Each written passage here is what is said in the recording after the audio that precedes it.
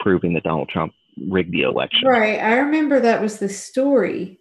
Yeah. But why are they needing to shut her up so badly? They're using her as an example to other whistleblowers, that if you dare blow the whistle, look at what they're using her as an example. But I wonder if perhaps, if you think back to, okay, remember DHS? Okay, there was the whole thing about the state saying, or was it DHS at first saying that all these states were hacked, and they kind of retracted it and said, no, there was like preparatory activity, like scanning. And then several states pushed back and said, no, there wasn't. And in fact, Georgia, Brian Kemp said, no, DHS was trying to access our system.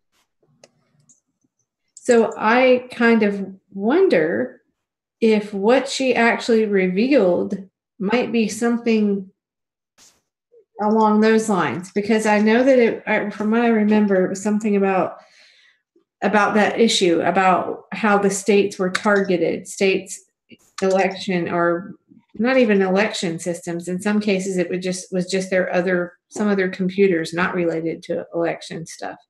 But I'm wondering, like, why do they need to keep? Shouldn't they be parading her around and like what she? If it fits the narrative, why are they not? But they're shutting her down completely. And I kind of wonder what is actually shown in everything that she found. Whoa, hey, where's Dom? Oh, there you are. Oh, your hair, your hair matches the smoke, and I didn't. Yeah, she could or could not have received any more information that the Intercept withheld. But it'd be speculation on our part, and then everybody would say, well, that's a conspiracy because you have no proof one way or another that she had more information. So it is a speculation part, but why they're shutting her down is to make an example out of her, that if you're going to blow the whistle against the Trump administration, then you're going to face this harsh or harsher outcome than what happened during the Obama years. Yeah, I think it's just they don't want whistleblowers on either side. They don't like whistleblowers at all. But accused leaker Reality Winner wants to subpoena Homeland Security and states. Mm-hmm. You have to remember, she was a very heavy Clinton advocate. And like I said, the first piece of paper that came through that might possibly show that the NSA is speculating on Donald Trump colluding with Russia, proving possible Russiagate, she wanted to have leaked out because she wanted to have Hillary Clinton elected as president. I know that was the story, and that was where she sat, like, politically. Yeah. But I think it's interesting now that she wants to subpoena Homeland Security and the states. Yeah. Because Georgia said, no, it wasn't Russia trying to look into our systems. It was DHS. Yeah, correct. Yeah, they do want to continue to have everybody believing that Russiagate's real. And for the most part, most people do. Most people believe that there are 17 intelligence agencies that signed on to saying that Russia hacked our elections. And everybody's had to retract that down to 4.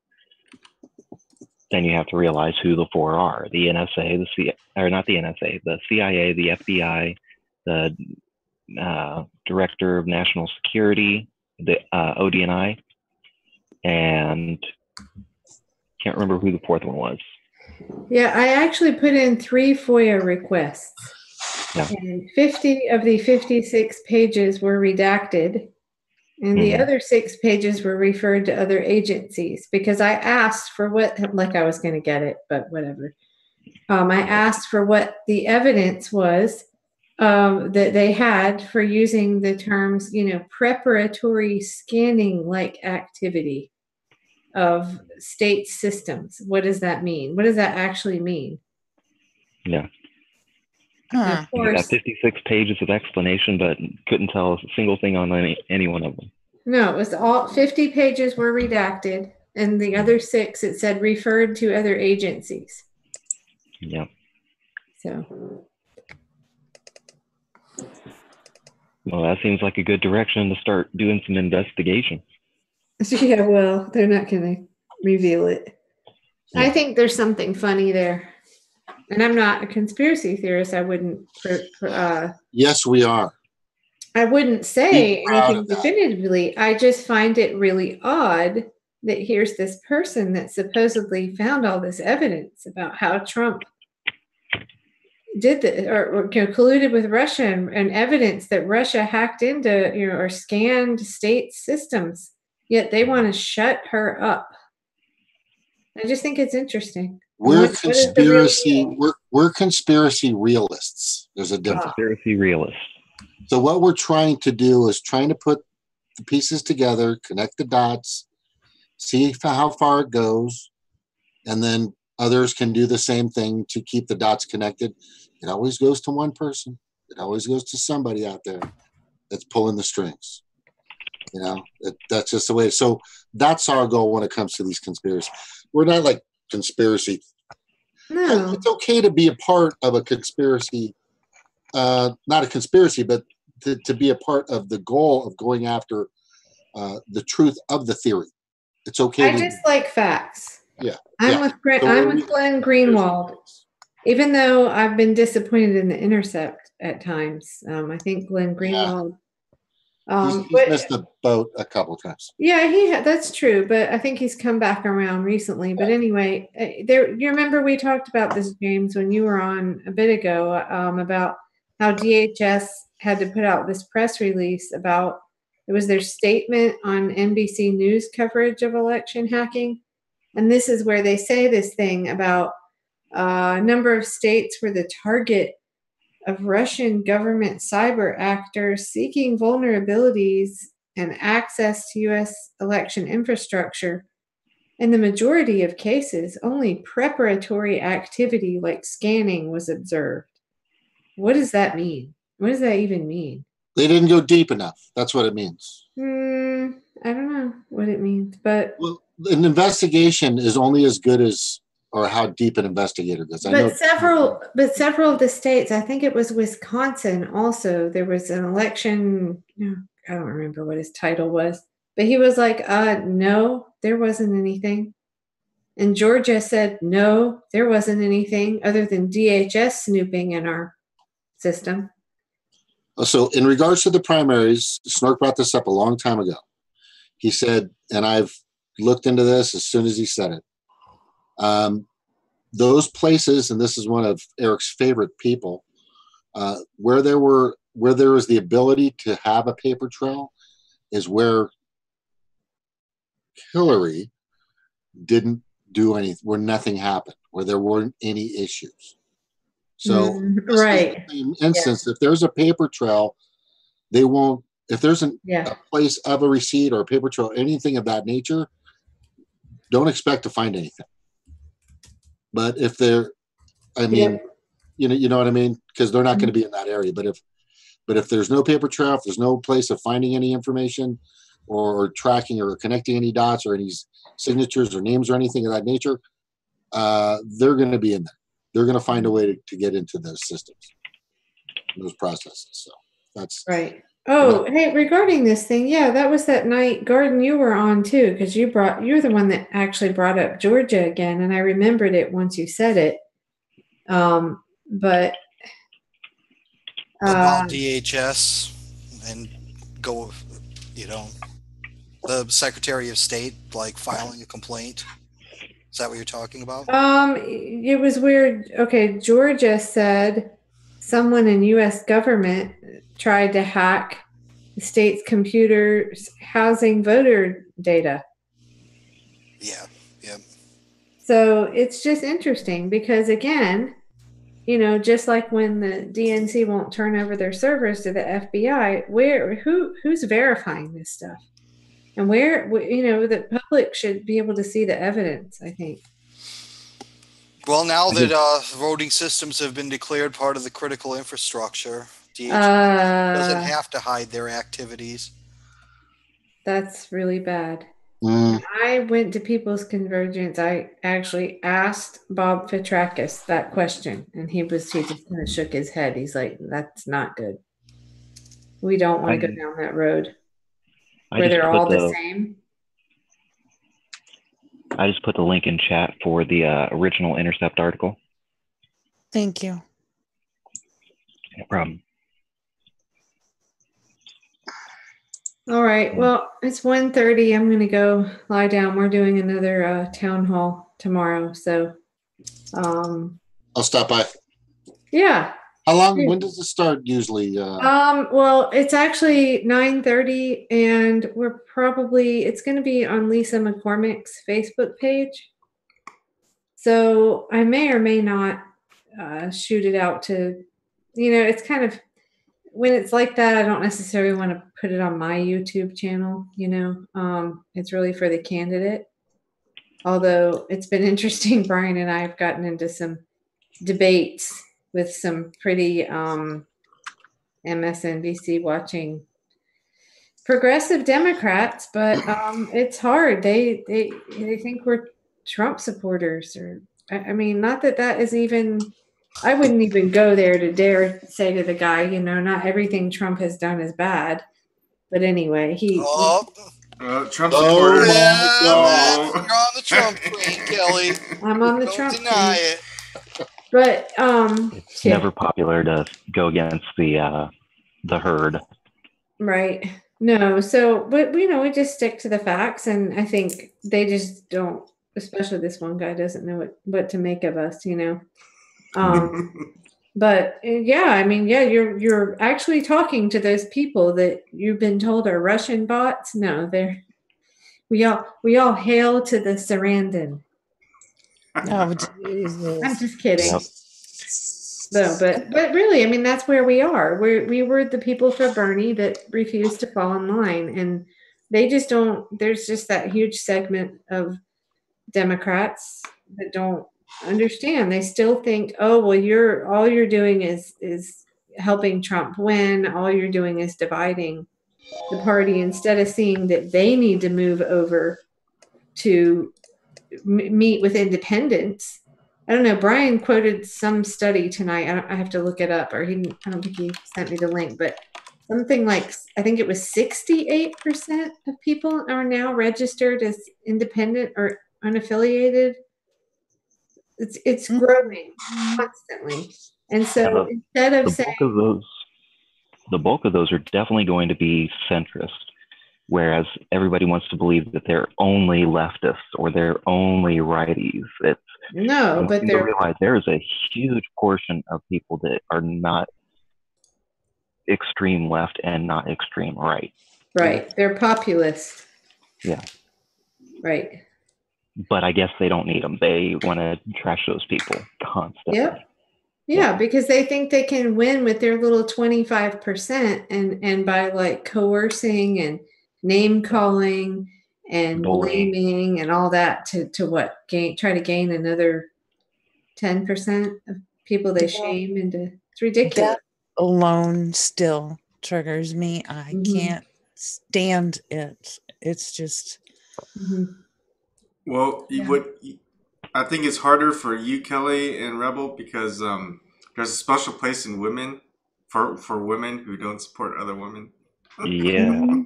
That's right. Where's your pussy hat? Get out your pussy hat, guys. Why do you don't support women? Oh my God! Did you guys happen to see, the guy Peter Douche's liaison, and the drawing?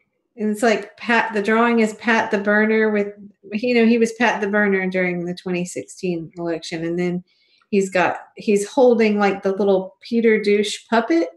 Ugh. And the puppet has the pussy hat on. I know, right? Yeah, you've seen it. Okay. It's hilarious. Things you already know. Anyway, it's hilarious. Well, aren't you going to say thank you for Trump for doing this? Here, watch. Ready? Do what? Aren't you going to congratulate Trump for getting out North Korea's 3 prisoners? Yeah, that's what I'm saying. You can't say anything. Trump could have done saved. I don't know. A baby. I've said that exact same analogy. I've been like, Trump could save a baby, and they would damn him for it. Yeah, but we can't. Well, they did. The other side did that to Obama. So to be fair, but we just can't. In talking about news and facts, we can't bring that stuff up, or it'll be instant not listening. The other article on this was, was the Obama administration unable to arrange the release of 3 hostages in North Korea? It's like, right, and this is, people are like, they were unable to do a lot of things. Yes, that's what I was just going to say. They were unable to do a shit ton of stuff, and this is why they're centrist. This is why there's independence. This is why the people went to the Green Party. People are have no confidence in these two parties or anything in their integrity. They don't have integrity anymore. But I don't think the people that are independents now, I don't think they're far leftists or any of these labels we put on them at all. Yes, I agree. Here's a question for you. Like, imagine this scenario, okay? Imagine if, like, Hillary had lost, Trump had won and everything, but then the DNC had never started to engage in the Trump shaming or in the Russian narrative. Would they have a better chance of winning in 2018 and 2020?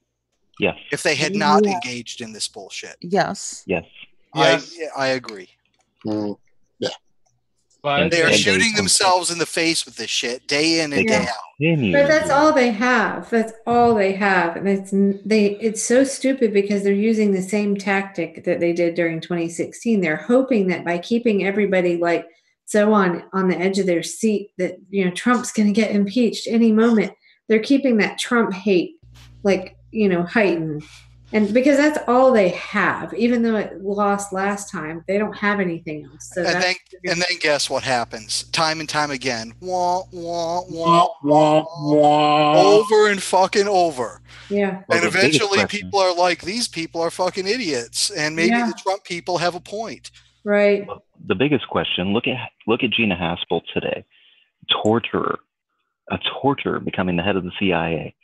Now, how do you think that would have played out had Hillary, and don't think that Hillary wouldn't have nominated her for the position either, as torturer for the head of the CIA?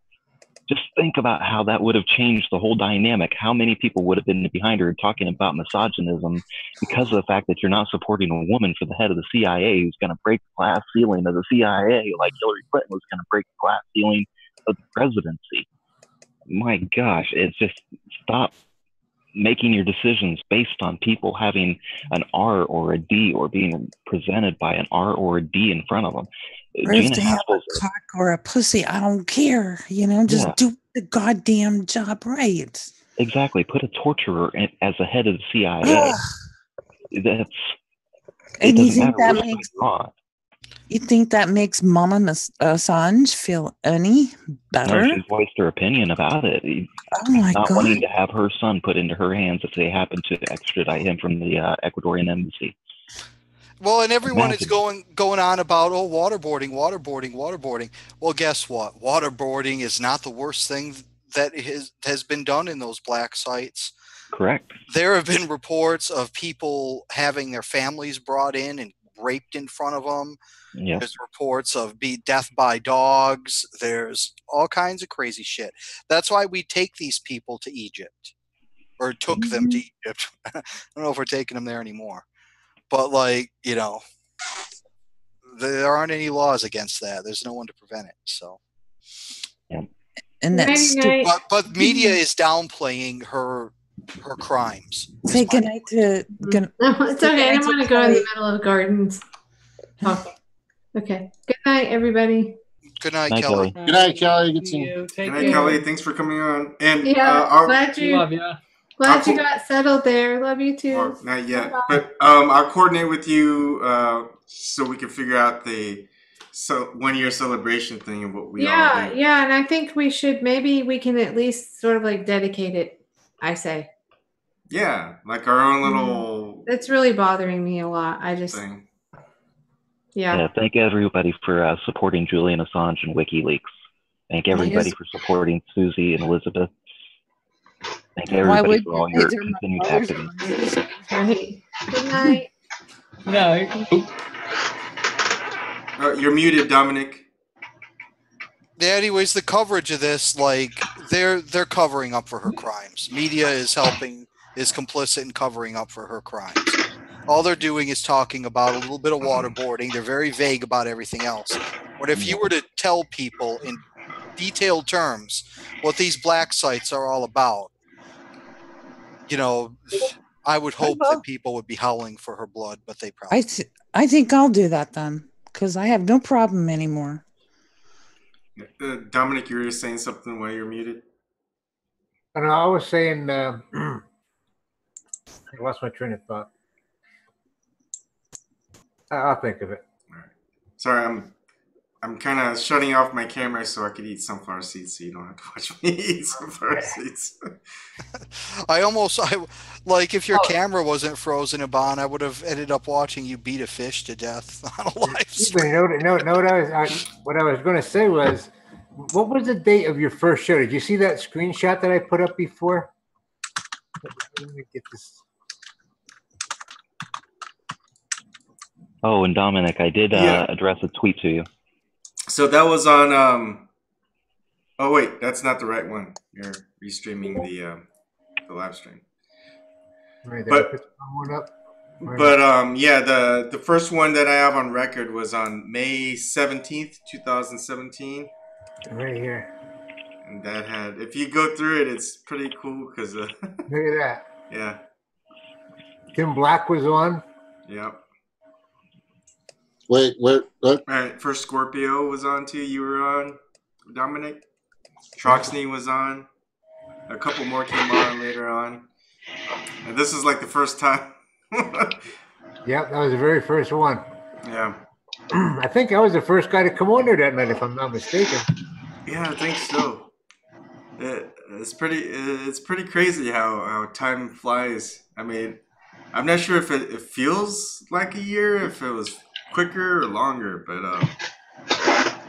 I don't know. It's pretty awesome. Like everyone that does host and who is gonna host, kind of does their own thing, and that's what I like about it is everyone here does their own thing. Like we're really active in Twitter or YouTube, Green Party. I don't know what to say. The stuff that you do, Fly, like nonconformism. I like to troll. That's my garden. Yeah, with your trolling. I wish you would record it. It'd be pretty fun to watch. Oh, I know what I want. It is recorded. It is now. That's why I don't show my face. I know what I want to do. Pay the price. I want to say a word. I want to say a word, and I want you guys to tell me if you get a negative or a positive feeling out of it. Okay. Visionary. Positive. Positive. Positive. Me too. Okay. I look it up in the dictionary, and it's not exactly positive, but it's not exactly negative. And I was just like going, well, I'm a little shocked. Because I'm thinking about changing my name from Rebel the Cage Rattler to Rebel the Visionary. Hitler was a visionary. Huh? Hitler was a visionary. So was Stalin, Pol Pot. All those people could be classified as visionaries. It doesn't. There's no like moral or ethical impetus on the word. Okay, I'm going to use it then. I'm going to just change my whole thing. I want more of a positive instead of the cage rattler. There's enough cage rattlers out there that are driving me fucking nuts. So now I want to be more of like less cage rattly. I mean, it's like saying someone's intelligent or that they're beautiful or some other adjective, you know, that doesn't carry like good or evil with it. Mm-hmm. So I thought Rebel, the Visionary is what I want to have my new name be. There's a couple different definitions for that. I see what you're saying is someone says not practicable or realizable, utopian, characterized by or given to apparitions, prophecies, and revelations. But then down here, it has marked by vision or foresight, incapable of being realized or affected, unrealistic. Isn't that all confusing to you? Yeah, it's not the definition I would see of visionary. I would see somebody with ideas on how to make things better. So is the rebel part what defines it then? Can that in your heads define what I mean by visionary? What type of visionary? I'm trying to create a permanent brand for myself. I don't think visionary would be a good one for you. Yeah. I like it. No, I don't think it would. The definition of it, that doesn't fit you. Well, instead of creating your own brand, and this goes for the whole project we're doing here too. Why don't we just join up with an existing brand? Okay. No, the first one is characterized by vision or foresight. Like I was thinking maybe the Young Turks. I was thinking maybe next week, we could have a fundraising drive for the anniversary, and maybe raise money for Wolfpack. No, I think. I am so right. Uh-huh. Who can we have dressed up like Jank? Ebon. Do you have a connection to this progressive voice guy? Fly, you can dress up as Anna.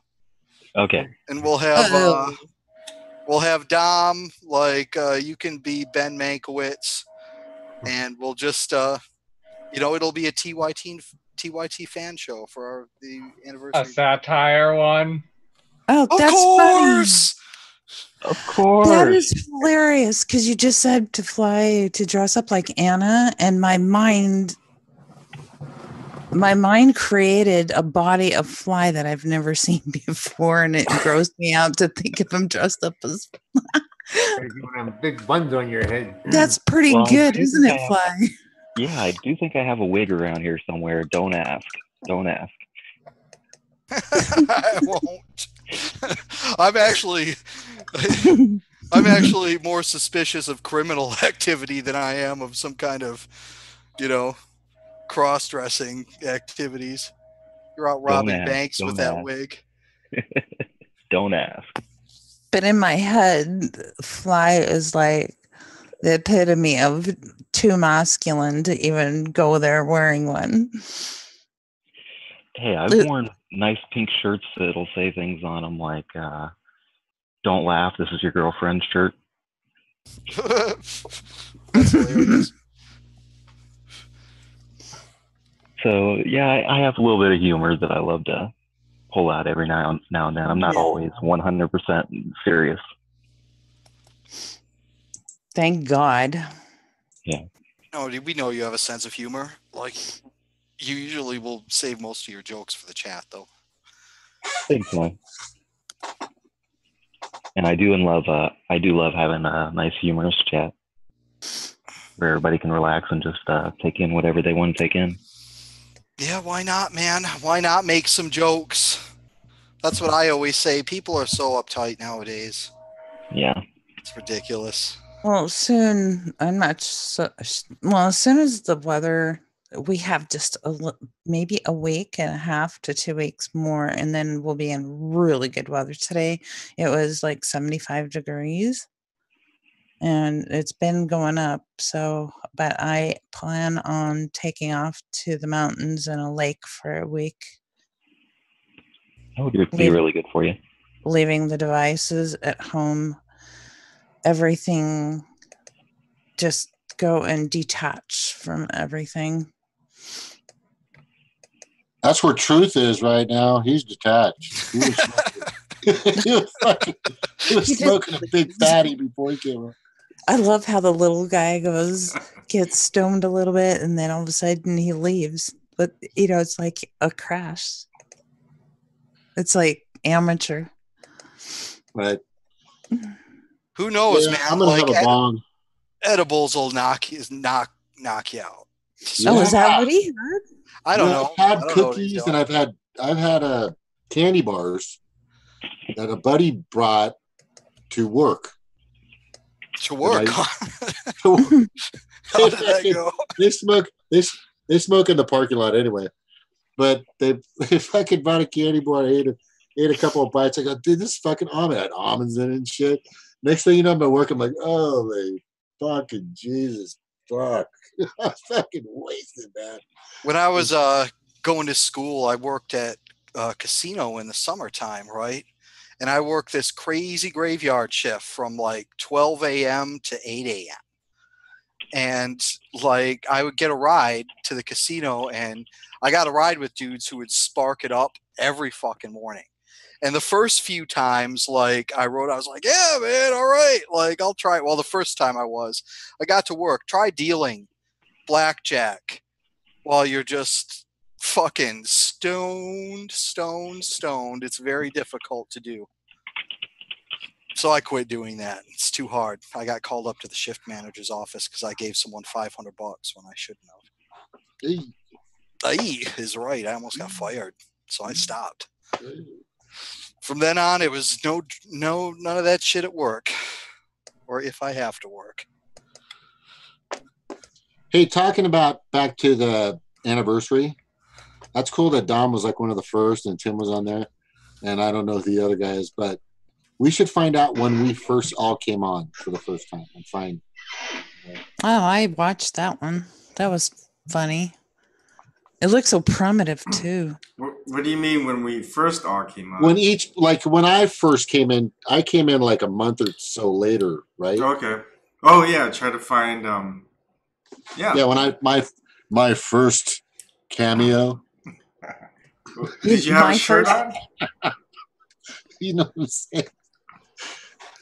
My first night was on the After Hours, and I was so stoned. And I remember looking at Broken Carpenter, and I was space cadetted on him because he looked like a fucking hippie. And being stoned and being able to see a hippie, I was like, wow, this is so cool, man. I thought you were looking at the guy from the Zigzag paper. It looks exactly like that guy. And I hung on every word he said because I was having my hippie experience. And it was like, oh my God, he is so fucking smart. I mean, it was just like. A brilliant kid. I remember. We're speaking of Broken. Is he okay or how's he doing? Yeah, he's doing fine. I remember. Don't you see his Twitters? Don't you see his tweets? I don't. To me, or does he tweet to me? I need to hold on. Hey, James, I was going to ask you, do you have any relatives like in Hawaii that are being threatened by this shit? By these volcanoes and like the earthquakes? Oh, here's the story on that. Okay, Kilauea, back in 2004 or 2005, I bought a parcel. It was like a little over a third of an acre in that same area. And then what happened a couple of years after that, or a year after, not very much longer, there was some flow coming down in the area of it. So I got rid of it. It was like, I think it was like $8,000 when I first bought it, just this piece of land, just land. And then I was able to get rid of it for like $6,000. Because I was like, why did my sister bought it, I bought it, my brother bought a piece of land out there. And now that same piece of land, that same area, or was it 12,000? I don't know, but it was around $10,000. That same area is really messed up. I do have relatives out there. I know some people that live out there. I got a really good friend that's married to a guy that his family grows coffee out there. Kona, really good coffee. I mean, if you're a coffee connoisseur, you want to get. I'll actually post it when I can, of his family's coffee field growth. You ship? Yeah, they're online and everything. I'll get you the information, but it's like pure. Oh, nice. But yeah, I know it's awesome. But the thing is, and Snork and I were talking about this at the last show. Is there's people just standing next to these volcanoes, splurting up. How hot is that? magma. How hot is the magma? Hot. It's Snork. What is the degree of the magma? It's at least 1,700 degrees, and it could be up to the at least over 1,000. Okay, so these people are fucking garden. They're standing out there. There's these guys taking selfies and shit next to these volcanoes, and the stuff is pouring out. That's just one island that I really don't. I would go to visit, but living on that island is just, in my opinion, just as dangerous as hell because it's so young. Mm-hmm. It's just a baby. It's just a little baby. Well, these fissures open up. It's not like the main volcano has to blow. It's like the ground can just open up and lava can just start pouring out of it. Which Flames. I showed in the videos that the way they started were just like steam or just the fumes or the toxic chemicals that are coming out. It releases a bunch of shit. Go ahead, Snark. And then it turned into what? Yeah, this volcano is large. So, as a volcano goes up, sometimes it kind of shoots off like branches of a tree. Those branches can go off anywhere.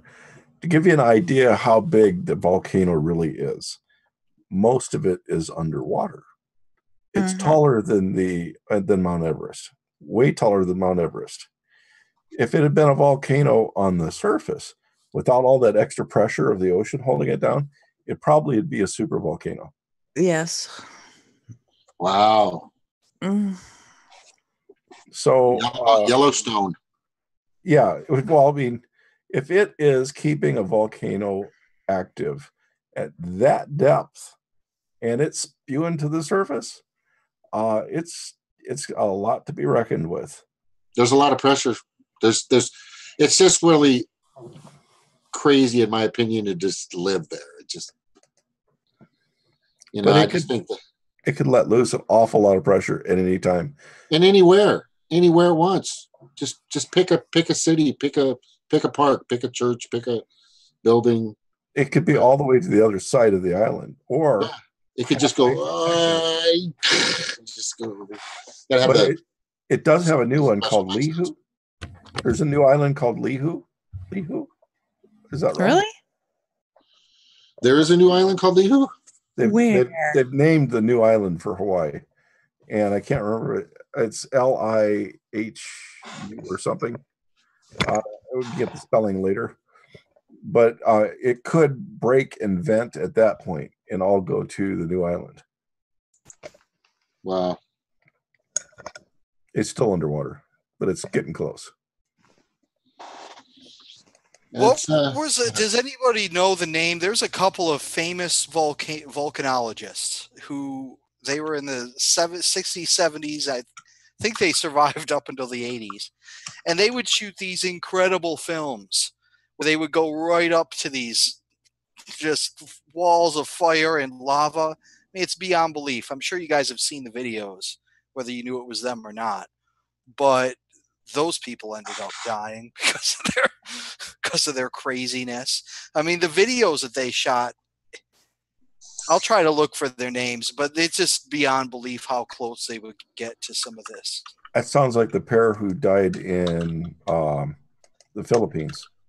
Well, they were a husband and wife, I believe. Yeah, but they didn't. Katia Kraft and Maurice Paul Kraft. That was it? Those are them. Yeah. Misjudged how big an eruption it was going to be. If you haven't ever seen some of those videos, check them out. But what was the circumstances behind their death, Snork?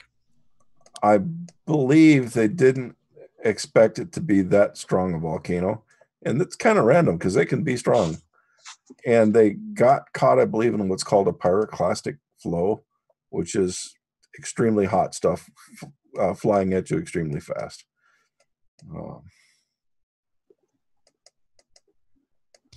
Well, they would go right up to these, there would be some kind of caldera or whatever with, the lava had cooled around this caldera.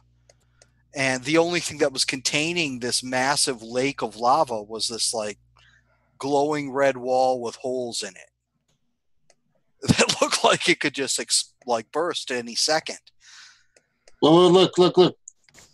So they wear these protective suits that protect them, supposedly. These people are fucking nuts.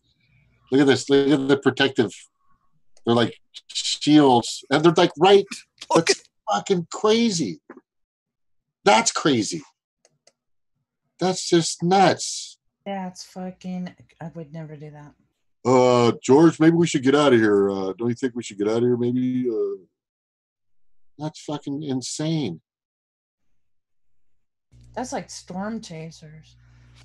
They just got too used to working around those things. Yeah. That's just careless. No, look at this one. Look at that one right there. Look at that. Oh, that was fucking crazy. You know what's like an interesting one? Mount St. Helens. Fucking shit. So you're standing next to this.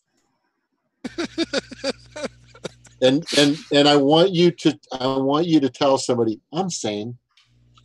I'm totally sane.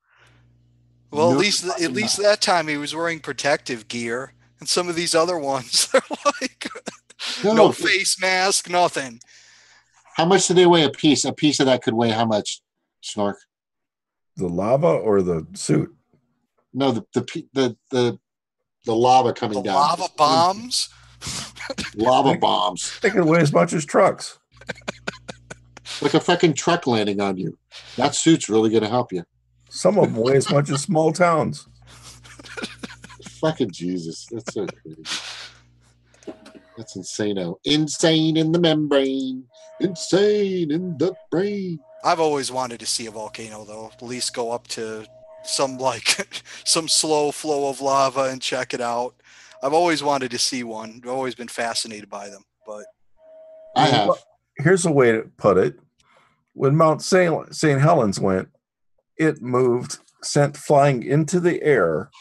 They measured the amount in cubic miles.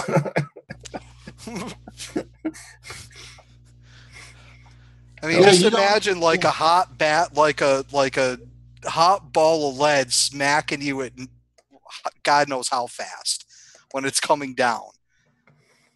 Crazy. It just it just spreads over such a wide area. There's no way to tell how this thing's going to behave. You can make guesses, but all of a sudden some bubble could come up. People are insane. I would go right up to that. Like the video they keep showing is like the lava pouring into the sea from this latest one. Like I would walk fairly close up to that and check it out. Yeah, I talked about this, and no matter how powerful you are and how much money and how many yachts you have or castles you have and military and all this other shit, this planet still fucking rules over you. It just, at any moment, the universe just, it could get hit by a golf ball sized meteor that's coming down at thousands of miles an hour. If there's actual in the Mojave Desert and out on the high areas of the high desert in Southern California, all throughout this area, there are people that actually walk out to go find iron, these little meteor pellets all over the place. And they come down all the time. And you can go out there and just take your Geiger counter or whatever. Is that what it is? A Geiger or whatever the metal detector. Right, sorry, Geiger counter.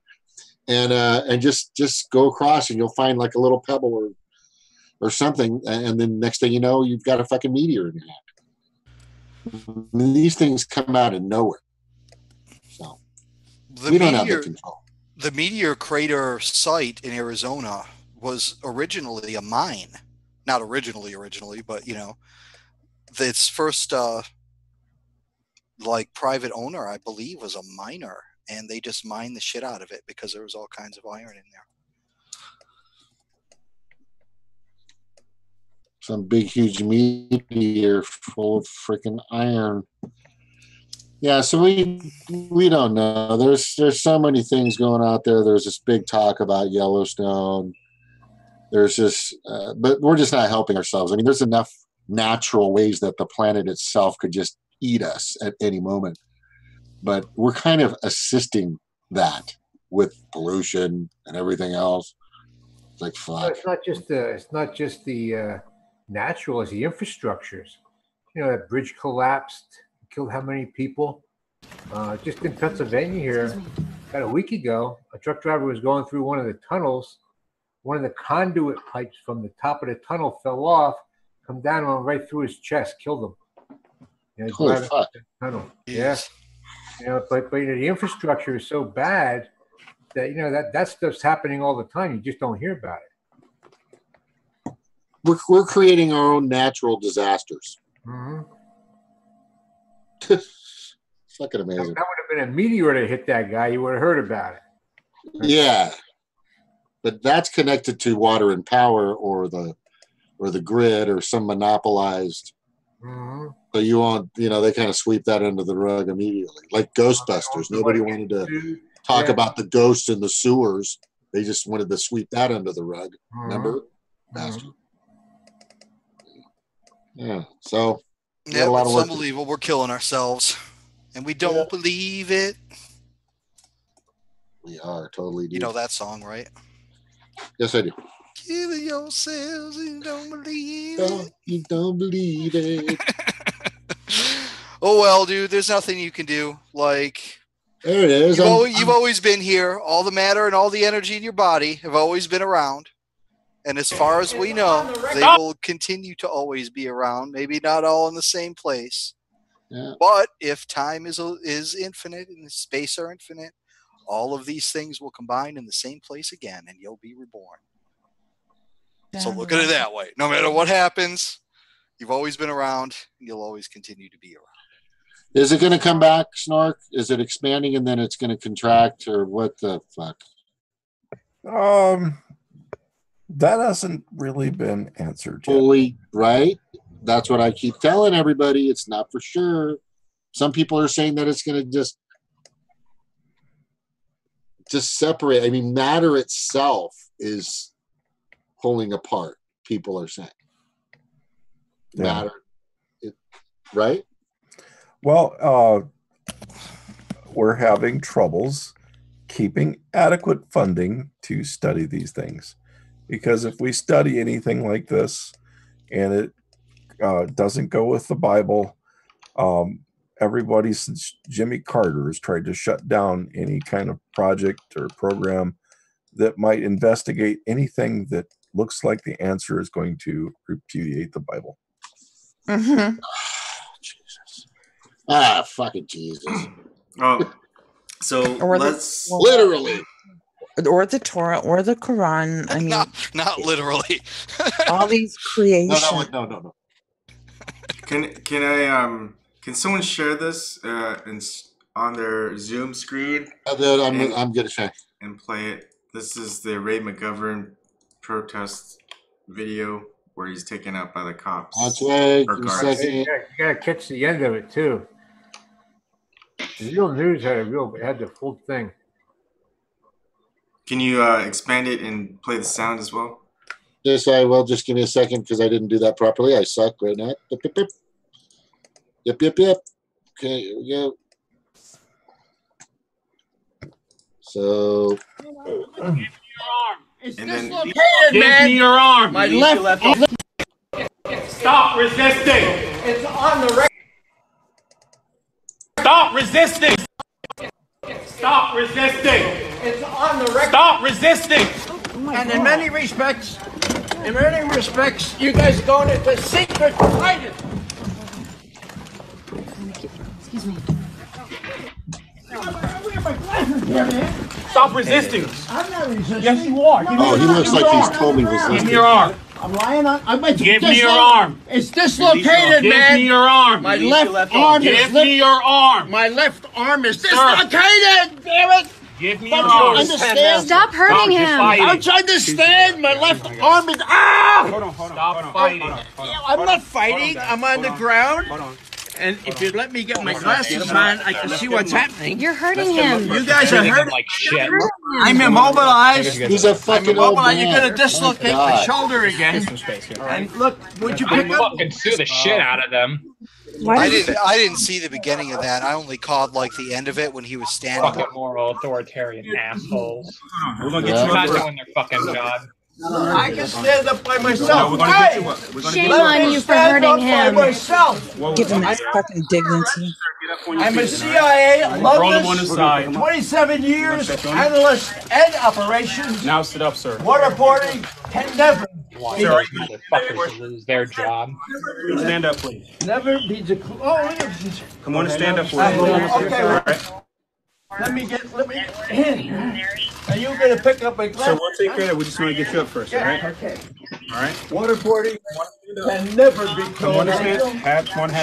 She personally supervised it in Thailand at the first black site. That's not a secret. Stand up, sir. That's only a secret because she won't recuse herself. She won't keep my left or left.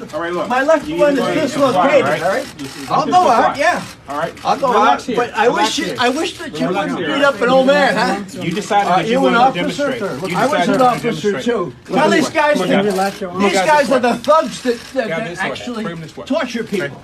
Come on this way. Shame on you for hurting him. CIA analyst and operations It was unnecessarily excessive. I'd sue the shit out of them for dislocating my fucking arm. Fuck them. Did you hear him? He says, I was an officer too. That made me cry the first time. It's like, you fucking, they will eat their own just to protect the almighty establishment. You fucking social justice warrior establishment assholes. God, I hate. Fuck them all. It's not like that guy's pretty badass. It's not like these people are ideologically motivated. Like, those cops want to pay for their kids' college and shit. That's why they're doing that. They're just doing their job. It's not fucking worth it. It's not worth paying it's not. Fucking college social justice warrior cultist shit. And any cop that can't handle a situation better than that should not be a cop. Exactly. Yeah, for sure. They need to be fucking stripped of their fucking duty. They don't protect give me a and serve. fucking break. That guy's like stick thin. He's 70+ years old. 78. Motherfuckers. I couldn't find his name. And it took fucking 4 cops to take that guy down. And that first asshole. I hope that he sues the shit out of all of them. Fuck them. Sue them and fucking starve them motherfuckers out. They've got That's a perfect example of why we need the Second Amendment. Right there, we can't let that Second Amendment go, because once the guns go, that's going to be everybody. Amen. Oh, another thing and that I saw. Kudos to the girl that taped that. Yeah. Another thing I've been seeing on YouTube, like I haven't watched the videos, but Alyssa Milano, the actress, was out protesting like the NRA or like trying to she's a stupid cunt. Ban guns, but she had an armed guard. Stupid fucking cunt. Even though that there were police there, she had 7 armed guards, and one of them wasn't even packing the gun right. These fucking stupid celebrities going after the fucking Second Amendment. What kind of fucking lecturing moral authority do they fucking have? They have fucking nothing. Rachel Maddow fan. All they're just doing is like flaunting their money and just lecturing with power, because that's only their fucking moralistic high ground, because they're a fucking stupid, idiotic fucking celebrity. Fuck Alyssa Milano. She's a fucking hypocrite. Along with most of these fucking celebrities. They could go fuck themselves. They're out of touch with the American people, and they don't even stand for shit. All they spew is fucking bullshit, propaganda, and fake news, and all this other fucking garbage, because they're part of that bullshit. That's why I can't fucking stand They're tools for the establishment. They're establishment tools. They just don't know it. No, I'd like to enlighten them, and it wouldn't be pretty. Thugs have been the same throughout history, man. That's just the way it is. They're not motivated by loyalty to the state in most cases or anything else. They simply are getting paid to do a job, and it is to their benefit to do. Propaganda culture. That's all it is. I want to hug that man. Oh God, I want to hug him. Say thank you for your service. That guy's a real hero. He is a real hero. Exactly, Dom. Can you imagine the shit he's seen? I think he knows a lot more and he wanted to tell more. I'm sure he does. He probably knows it. I can imagine what's in his head. Oh my God. He's probably looking. It's okay. Go. I think he's probably looking for someone else in the CIA that'll kind of repudiate what he says, like all the other stuff that he'd want to let out, because he doesn't want to be the lone person where people can say, oh, he's just a crazy guy. You know, if there's just another person in the Secret Service or whatever that can validate what he says when he says the CIA's been doing this and they've been doing this, then it just opens up a new. Well, you know, the layers seem to be getting peeled back. It supports his actions. Yeah. Yeah. I think they shot themselves in the foot with that Russia gate, because that backfired on them. Now all this stuff is coming out. There's actually evidence of treason there. You know, if the American people can just understand what they did. I mean, they tried to unseat an elected president, and it started before he was even elected. It was something that they had in reserve in case he did get elected. So they pushed that narrative, which almost drew the world into World War III with Russia, because they're talking about retaliating, you know, just because Hillary lost and they had to get him out of there, because Trump, he wasn't part of that club. You know, I don't care too much for Trump, but you know, he wasn't in that world order club. He don't go along with that. No, he goes along with it now. Don't even tell me he don't, because he's making decisions that are so establishment right now. I don't think he's making them.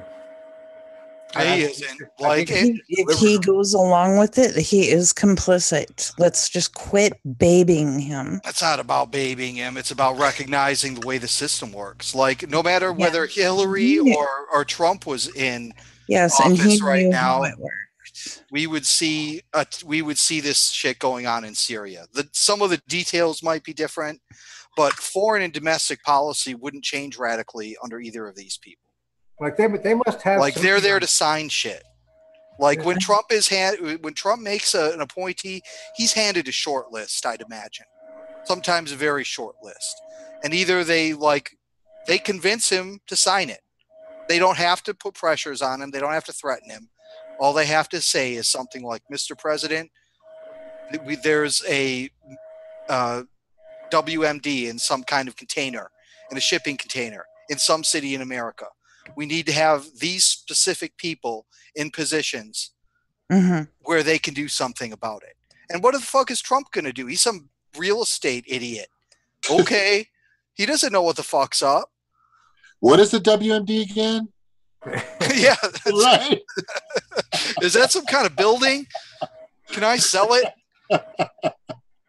Is that one of those signs you stick in the front of the house, right? To sell the house? Let's put it this way. If I accepted a presidency, I would know what I'm getting into. And by doing that, I would know that I'd have to be complicit in order to have that president seat. Oh, yeah. And like, if I don't want to be complicit, then I don't run for presidency. And if the time ever comes where we put these people on trial, Hillary and Trump, well, Hillary was the Secretary of State. She would go up there. But like, yeah, like they should be tried. I mean, you did sign this shit.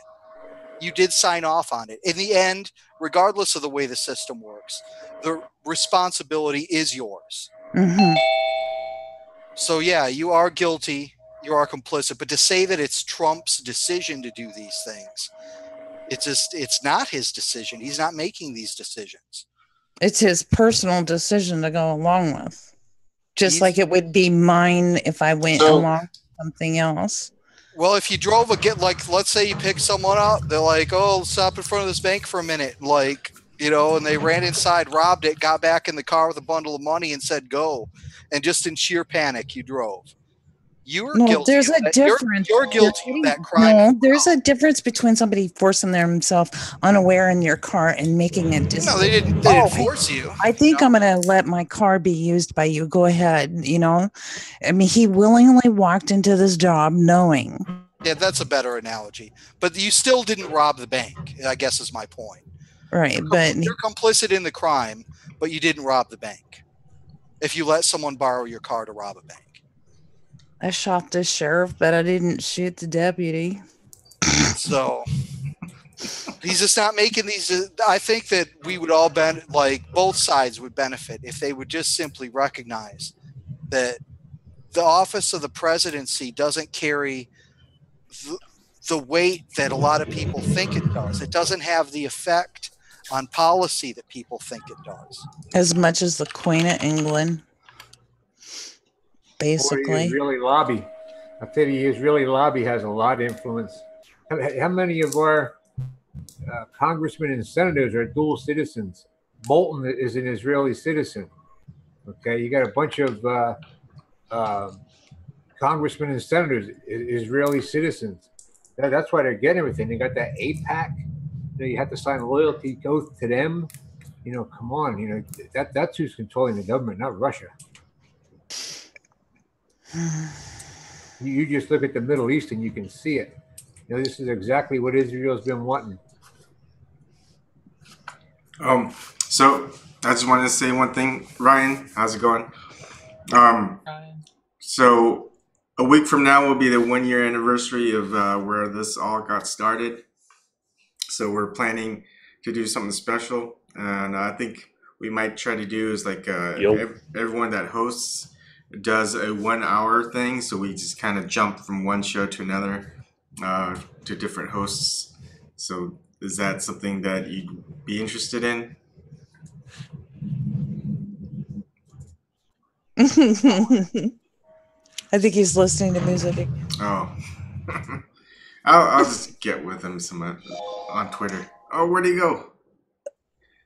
I think he hit a button wrong. Okay. Oh yeah, I still need to get my thing set up. I gotta reset the password for the Zoom account so you can use it. I tried getting it from James, but James can't remember the password. He just has it remembered. So I'll just reset it and just give him the password. And same with you. And I'll put it in the That's funny. Twitter DM. He's not that old. It was like a simple password too. I can't believe I can't remember it. But I think Eric had to take a breather. That was a good rant. But I remember. So I don't know if I should save it. I remember the ranter. I remember Eric coming on. He's the one who pretty much did the triggered. That was awesome. One of the things I remembered, and then Snork scared us the first time he came on. Maybe it was like the second day. He started talking about Fukushima and the radiation, and we were just like, what? we're like, I think we're scared out of our mind with all the radiation fallout going into the oceans. This feels like old times. God, this is so good to have you, Don. Especially, and to see the fly's name, at least his name. And Dominic, I remember you and Broken Carpenter, always you with the pipe. Both of you two were just smoking all the time. But you used to be in a different part. Is that your garage still? Yeah. I had the computer facing backwards. Oh, okay. Yeah. I remember your garage all the time. And just see all my hookahs up there? Wow. Hookahs, oh. Ooh, look at that. So when do you take those out and use them? When do you bring those out? I haven't smoked them for a while. I used to smoke them in the winter a lot. Yeah. I have to get it down, and I got to get some new tobacco. I'm sure that stuff I have isn't any good. Yeah. Did you just say tobacco? Huh? Did you just say tobacco? Cute. Tobacco. That was adorable. I'm sorry. We just say it the boring way, tobacco. Maybe on the anniversary show, I'll smoke my hookah that night. Yeah, that'd be awesome. Do it. Maybe I'll smoke some. Wait, is it legal here? Never mind, I can't do it. Maybe in Massachusetts I could have. Use the one with the TYT logo on it, Dom. Huh? Said use the one with the TYT logo on it. Yeah. Yeah, I only take it out for special occasions. That would be the night. The one with the Star of Israel, the Israeli flag. Smoking them. Oh, I know what my dawning was. Back when I first started, I already was sick of TYT, and then Garden, you would come on doing this type of talk about how, and I believed you, and I was going, oh my fucking God, maybe I've found the wrong group, because then all you guys would join in, talking positive and joining in with like it's a good idea. And I almost got scared out of coming into this group. It took me a month to figure out you guys were just bullshitting. Wait, we weren't bullshitting. Oh, shut up. I work for TYT too. Two, as in the number 2. This is what Shank looks like without the makeup.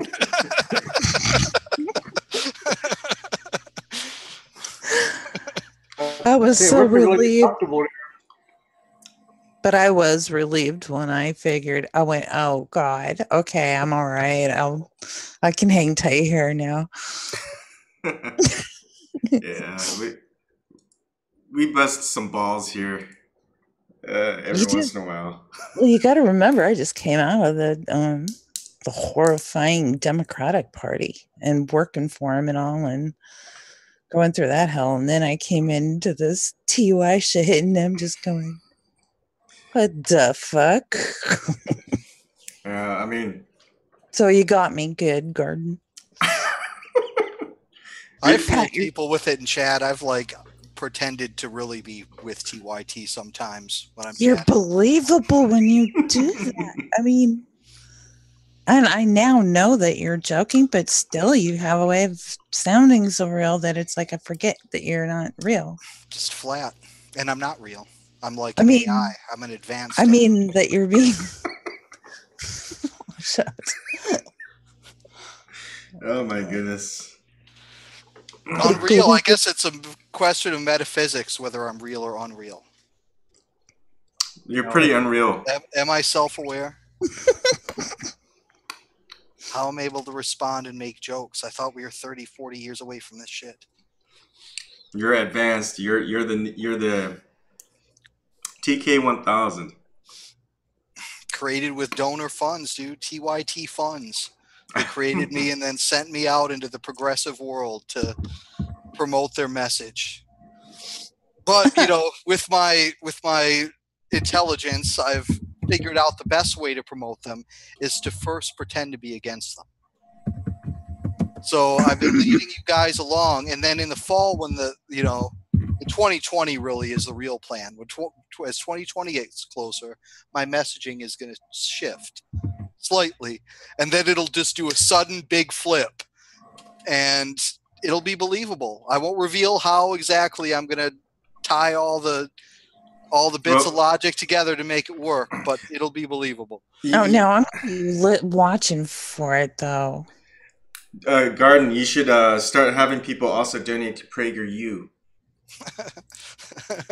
What's that? Money, PragerU. It's a YouTube channel that pretends to be a university and get a lot of people on, guests to talk a certain narrative, and they're usually famous, and they're very. It's not. They're like controlled opposition in a way. They're like anti-establishment and establishment narrative. You just have to watch it. Well. It's pretty pretty blatant. You're seeing a lot of that stuff come out of the right nowadays, like the anti-establishment right, of course. And everyone calls them the alt-right. But a lot of these people aren't like, what the left pushes as alt-right. They're not a bunch of racists or whatever. They're like libertarians and free market people. And, they've become they're trying to paint themselves as the counterculture in media. I tell you what, my life is so much simpler without having a label. Like New York Times, I think, just like you remember Dave Rubin from TYT. Like, I think it was New York Times, or maybe it was the New Yorker. They came out with a piece called The Dark Intellectual Web or some shit. And it had like Sam Harris and a few other people in there, and it had Dave Rubin in there. And so they're really like this little PR push they have is painting themselves as the counterculture is somewhat successful. They've gotten into like these mainstream media outlets to push their narrative for them. So we'll see how it goes. Maybe like we'll see a bunch of anti-hippies running around in a few years and they'll be all the cool kids. Bunch of Ayn Rand clones.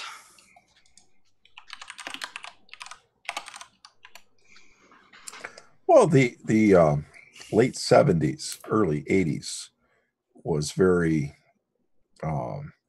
reestablishment. The preppies. Remember that?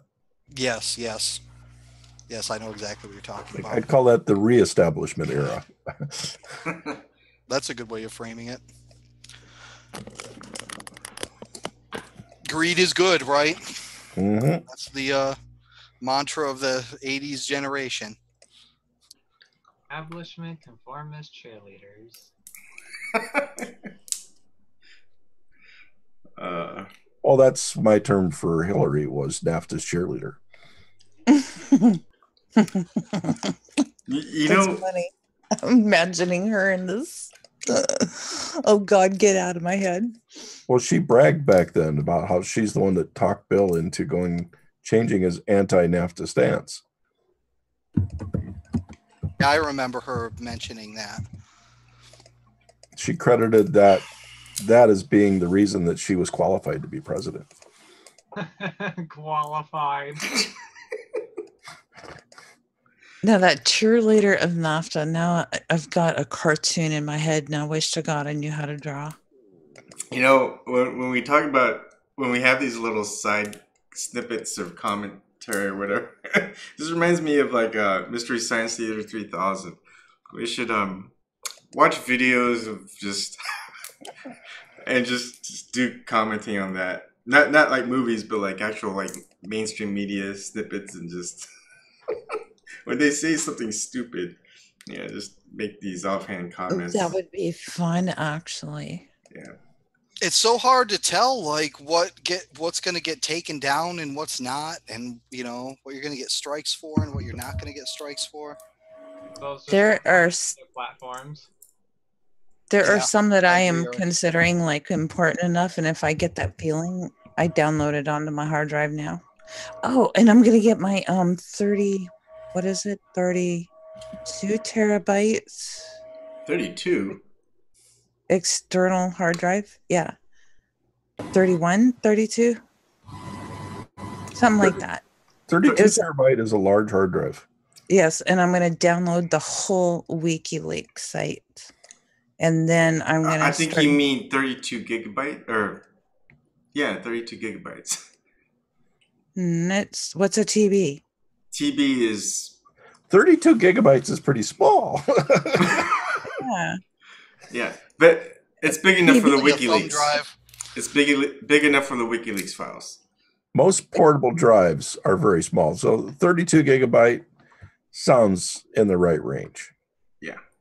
This says terabyte on it. I say T. TB, yeah. T. It's from Amazon. It's a 50 some dollars. Oh yeah, it's 32 gigabytes. 32 terabytes would probably cost like $5,000. If they even, they don't even have a 32 terabyte. Oh, is it 3 then? It's a something 3, but it's a TB. It's a terabyte. Send me the link. I'll take a look. Or put the link over in the. Okay. Well, just like Occupy, if you're going to speak out against the system, if you're not going to be supportive of more government, then you will be shut down. But if you're going to speak out in favor of the government getting more power and government getting more control over different things, then yes, you're going to be perfectly fine. It all comes down to the government wants control. Those that are supporting government control won't be silenced because they're actually useful for trying to round up people into supporting the government. Either side. You can get away with a little bit of, you can get away with some dissent if you are a profit generator of some sort. Like, you know, it's not only, that's not the only standard by which they censor people, I guess is what I'm trying to say. Or if you could be discredited. So it sounds like what you said was absolute off the wall and crazy. The earth is flat. I think we're safe now. Yeah. Yeah, you know, and that's the reason why trolling should be encouraged on this channel to a degree, because it'll make people take us less seriously.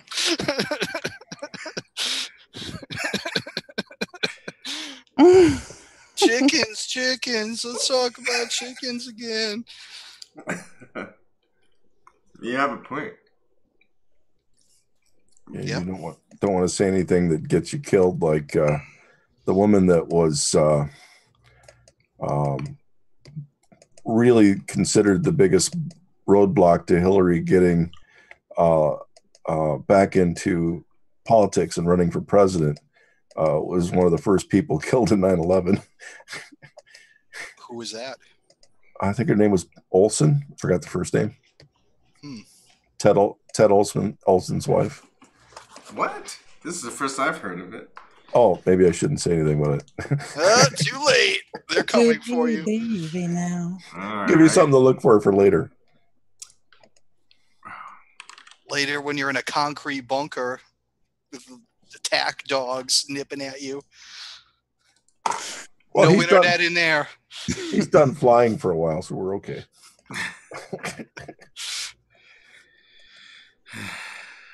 Man. Work. I've been working the whole time I've been talking to you guys. You're hardly working then. It's easy to talk and type. True. Of course, sometimes if I do that, suddenly I type the wrong word. I'll type a word from my speech stream instead of what I'm. Your what? Well, you know, like your streams of thought, the ones that you mean for talking, the ones you mean for typing. Sometimes they get crossed over. You never have that happen? Those oopses. Yeah, like when you're talking to somebody, but you're typing something a completely different topic. Mm-hmm. What is this TYT that keeps appearing in the reports? Is this some kind of a measurement that we're not aware of? Okay, now I'm going to ask a question to you, Garden. Did you ever really work for TYT? I've never worked for TYT. Oh, Jesus Christ. Of course I have. I'm just lying. I'm working for TYT now. The truth. I've already told you that a million times. But then I tell you I don't, and then I tell you that I do. So really it's up for TYT. Actually, TYT works for Garden. Garden is actually the owner of the company that owns TYT. Garden's actually a billionaire, if you didn't know. Well, most of us are. Hey, go get me a beer. Yes, sir. Oh, wow. Yeah, Yep, I'm controlling all. I just hang out here and watch like my puppets, like Progressive Voice and Jamarl and TYT, and I just kind of just move them around the board. Mm-hmm. Provide the right carrots and sticks, the right like subliminal suggestions.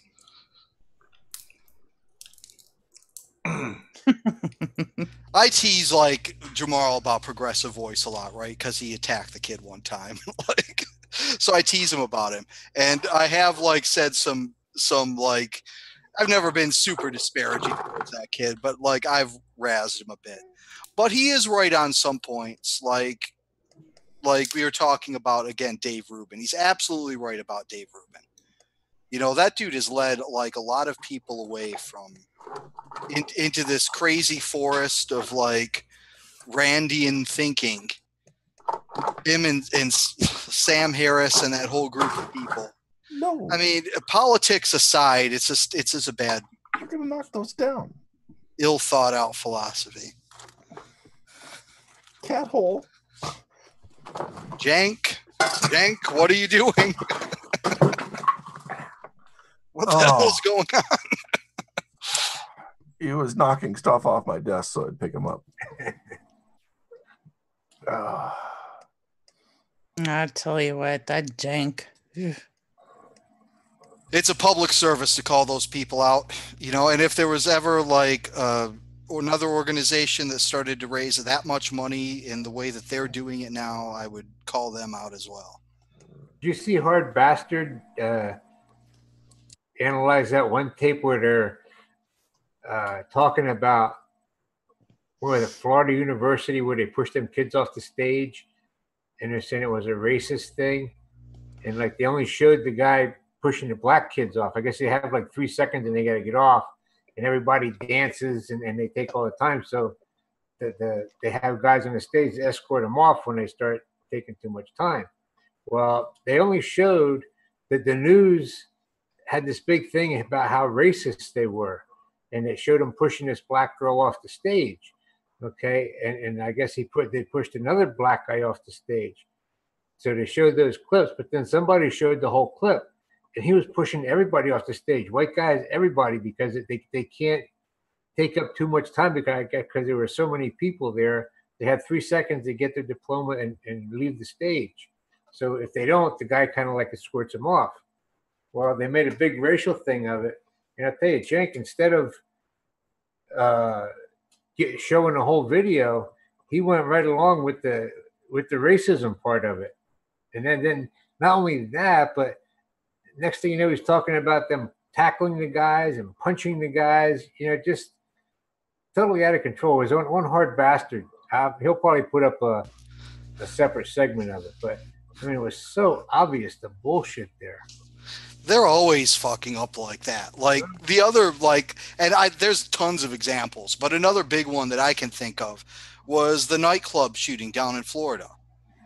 Okay, they went on for weeks and weeks about how this dude was a closeted homosexual and how he ended up killing people out of sexual frustration and all this stuff. Turns out that the dude had a wife, and he was, you know, apparently, I mean, he was motivated by mental illness, don't get me wrong, but his ideology, you know, he was partially motivated by extremist ideology. And, you know, they're just always, they're always trying to find that angle. And even if they have to be dishonest to get there, then they'll do it.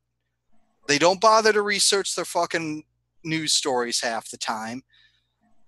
I mean, they just try to push this agenda. And if they were honest about it, they could actually help with, I mean, racism is a real problem.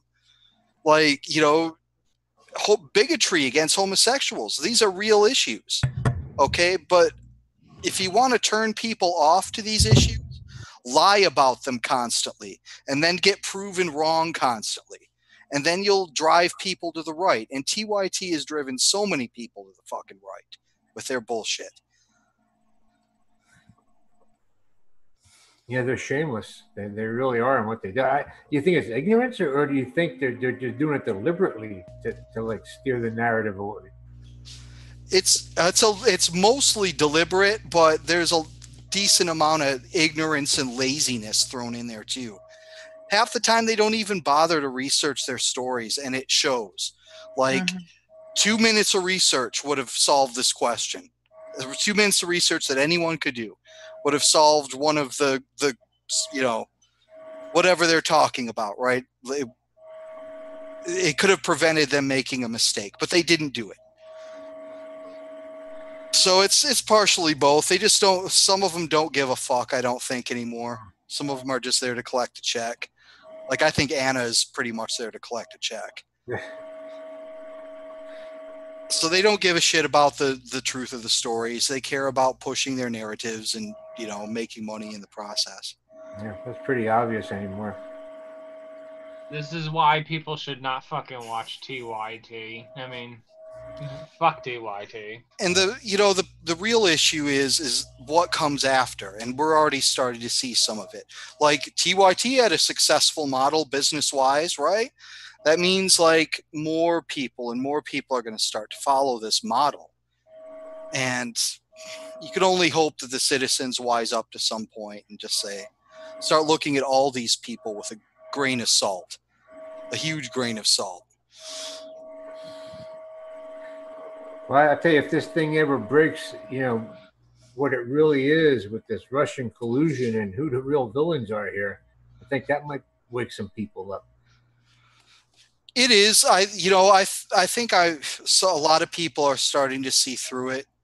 I wouldn't say a majority, but I would say more and more are. I mean, how can you not see through it after a while? Right. But after, if every time the boy cries wolf and there's no fucking wolf, like, eventually you're going to catch on. You've already seen through the bullshit already. I tried saying that a long, long time ago. Quit crying wolf on shit that's wrong. Because eventually people are going to stop coming to save you. Well, I think it used to work better for them before social media. Now they could get away with it before social media because where could you research? Who's going to do all the research? Now you can go online and you go to like Hard Bastard or H.A. Goodman, and you're going to get like a full view. You might not agree with what they're saying, but you're going to see a whole different perspective of the stories that the mainstream media is telling a totally different narrative.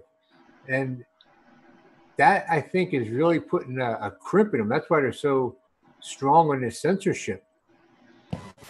Who was the one person that worked for Sam Cedar? Sam Cedar saying, why would I try to debunk that? Because of the fact that it helps my side. Yep. Where the side thing is really, really fucking over these people that, I'm sorry, for a lot of people like myself, I'm never going to trust the government again. And I'm never going to trust the people that are listening to the government rags that are trying to push these false narratives ever again. It's going to take a long time before I actually begin to start listening to people that continue to spew bullshit and continue to cry wolf because they thought they were the expert on some situation without doing any research whatsoever. They were following along with the herd. So when you follow along with the herd and you're continually wrong, you continue to spew bullshit, you continue to spread lies, you continue to smear whistleblowers, you continue to target people that just won't believe the bullshit narrative you're trying to spread.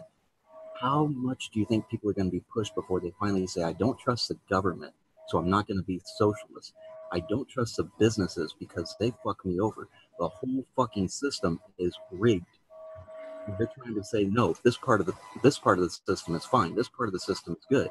No, we wouldn't have the problems with the homeless on the streets of Los Angeles and San Diego and Las Vegas and New York City and Miami and any other metropolitan area. We would not have these problems if the system was working. We would not have this problem if the government was looking out for us. We would not have these problems with the water if the government was taking care of our water for us. You can blame it on either side of the system that you want, but the system itself is failed. There needs to be a new system. Yeah, there's no fixing part of it without like fixing all of it. And you can just go on with a wide variety of issues. People are talking about Iran and proliferation, right? Well, you're not going to stop proliferation through the tactics we've been using.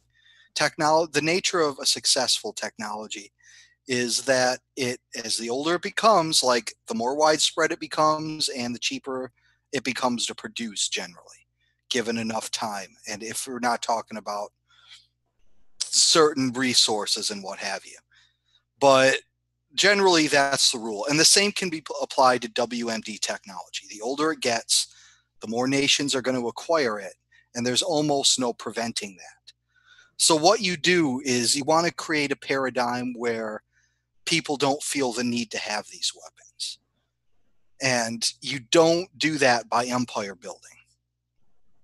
If you empire build, people are going to want these weapons.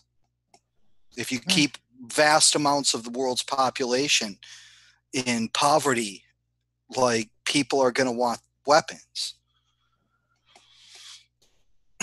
I mean, really, like solving poverty, we have to solve poverty and address basic human needs before we can solve like our biggest problems, like climate or these weapons or any number of things.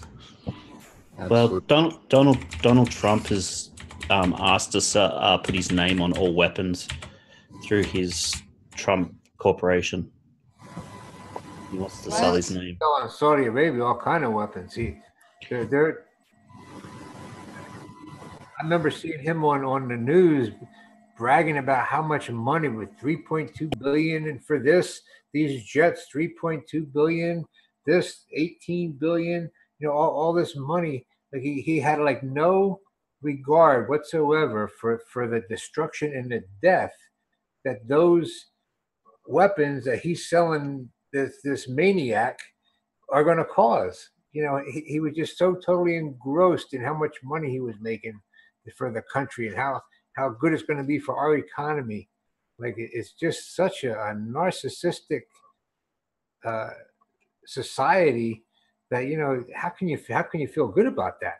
Mm-hmm.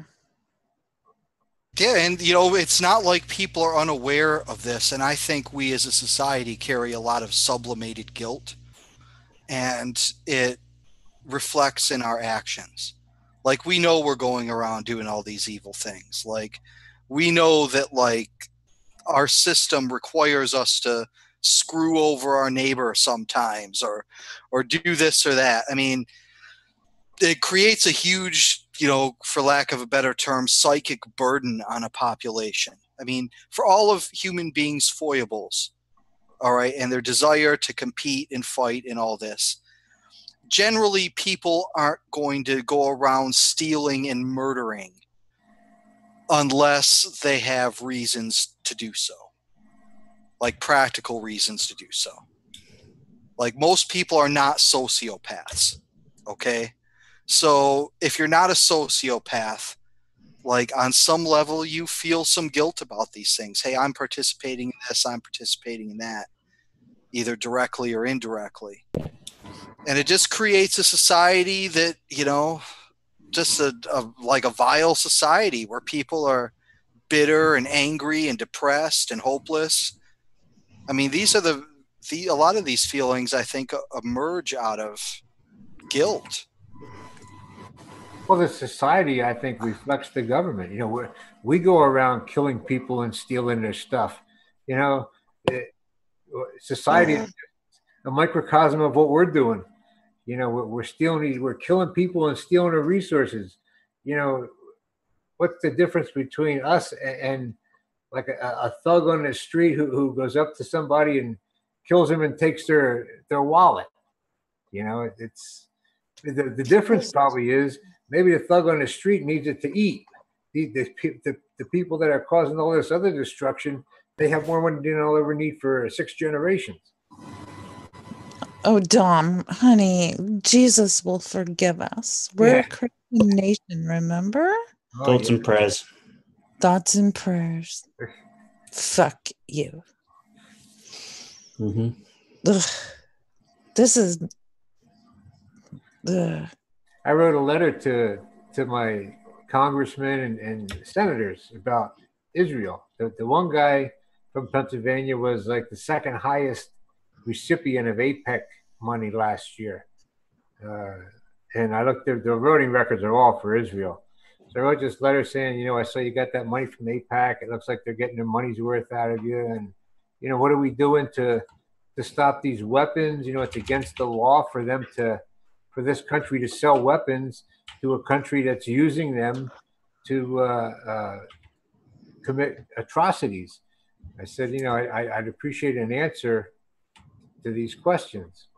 And I got letters back from all three of them just telling me how we have to support Israel in the Middle East because, that's the democracy in the Middle East. And they are trying to work toward a solution, but, they want peace, but the Palestinians won't negotiate, just a whole bunch of bullshit, I didn't write back. I think I'm just going to send it back to them with a copy of the letter saying, did you read the letter I sent you? Because you didn't answer any of my questions. Do it. Yeah, I am. It's ridiculous to negotiate. Like, those people are in no position to negotiate. That's number one. They're not. That's why, like, you do see them committing violence. I mean, like there is an ideological component to me. Don't get me wrong, but like, look at Afghanistan in the 70s. That was a Muslim country. Like, it was a tourist mecca for rich Americans. Like, Iran was well on, and Afghanistan, I should say, was well on its way to becoming a modernized society. At one point, culturally modern, at least. You should give me the the contact information, and I'll ask them similar stuff. For who whoever it was that you contacted. Oh, yeah, I'll forward it to you. Because I'll do it, just because I want to do it. Because it'll. There's no such thing as negotiation when one person has all the power and the other person has no power. Exactly. That was my point. And that's what people are saying. They're saying, well, the Palestinians don't want to negotiate. They offered them a deal. Yeah, that wasn't a negotiation. What was the deal? They're going to keep stealing their land and keep what they already have. You know what the deal is? Comply or die. Yeah, right. Exactly. Oh, yeah. No. Just die. That's what they like. According to some of them, that's about it. The left-wing ones want to move them someplace else. The right-wing ones just want to kill them. Mm-hmm. Comply or die. And I never, ever in a million years, just even 5-10 years ago, never thought I'd be talking like this. Well, one of the things that the Israeli government has made and we've made a practice of doing is fracturing the various Palestinian movements, right? Intentionally fracturing them with carrots and sticks. And then when we want to be nicey with them, we collaborate with and promote the groups who are nonviolent. And we say the whole society is on a nonviolent trend. Things are turning around. And then when we want to go in and pound the shit out of them, we focus on the negative groups. And we say, look, they've gone down a dark road. The whole society's gone down a dark road. When we talk about these different groups within Palestine, like, none of them really represent the society as a whole anymore. They don't really have a singular voice to speak for them, or they don't have a coherent policy as a society. How could they? So the leadership sucks. I mean, it has sucked from Arafat on up. If you look at them, that they're opportunists. They really exploited their own people. I mean, they did some good things, but Arafat, he absconded with a bunch of money. They all do. Yeah. They all make money.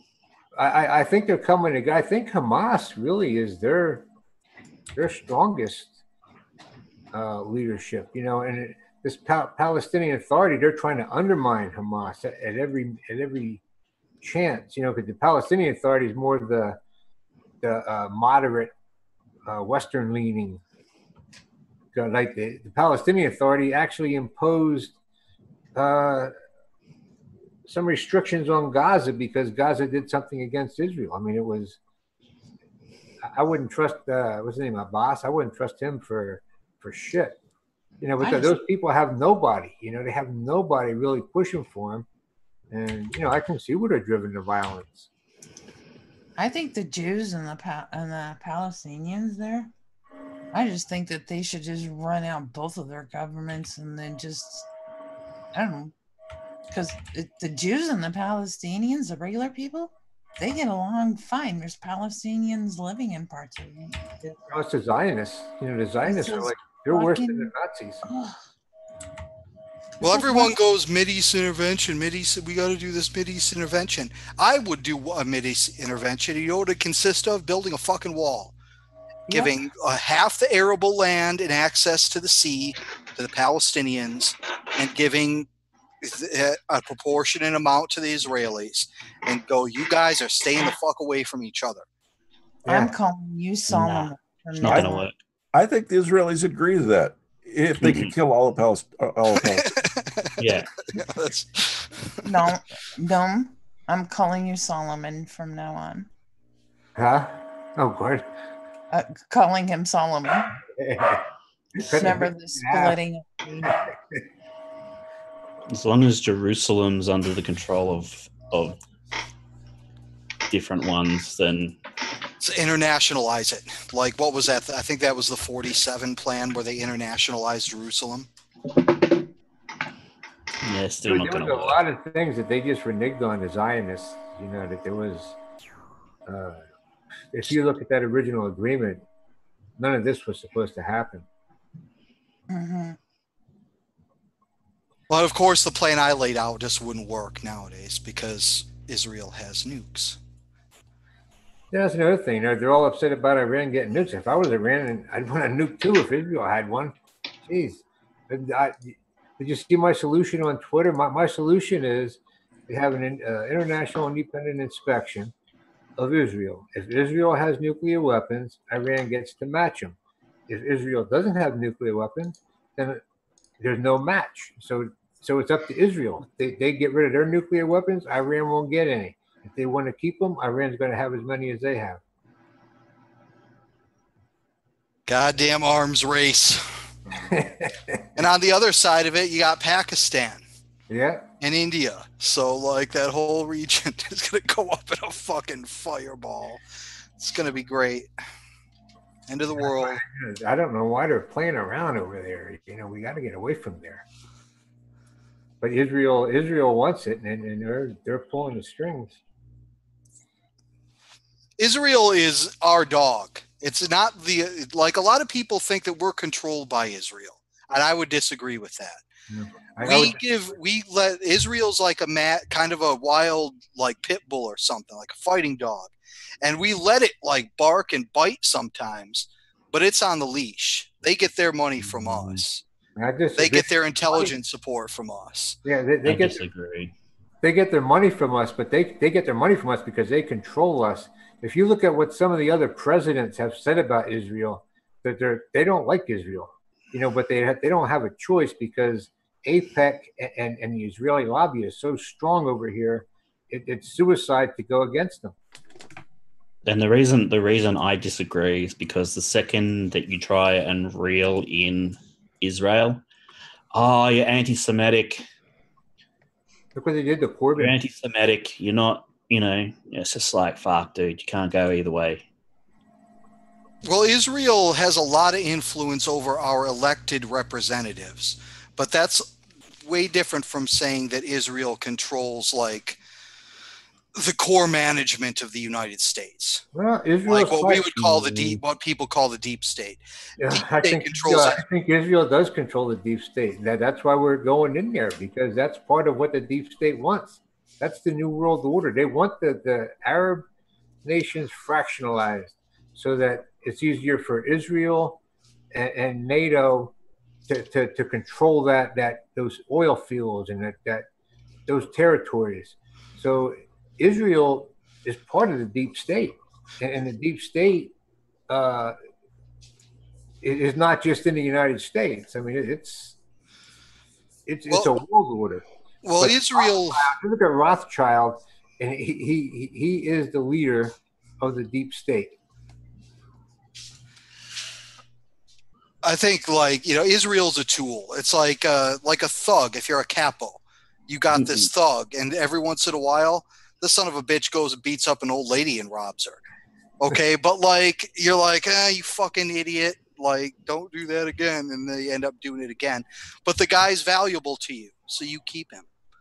And I think that's the relationship we have with Israel. You look at what's happened right now. You look at what's happening right now, and you look at the sequence of events that led up to this. Okay, we're on the verge of World War III in the Middle East.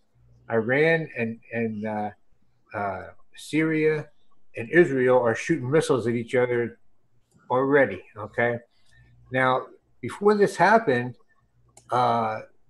if you look back about 4 or 5 months ago, the Marines were doing maneuvers with the Israelis in the Middle East, and then Trump wants out of the Iran thing, and Assad has chemical weapons, so Israel has to fire on the Iranian bases. Russia's an evil ogre that doesn't want to do anything but control the United States elections, and all this is coming into play. They demonized Russia because they knew they were going to attack Syria, Iran, and Lebanon. I think right now is coming into play because they just elected a Hezbollah leader. So you got Syria, Iran, Israel, and Saudi Arabia's in there too.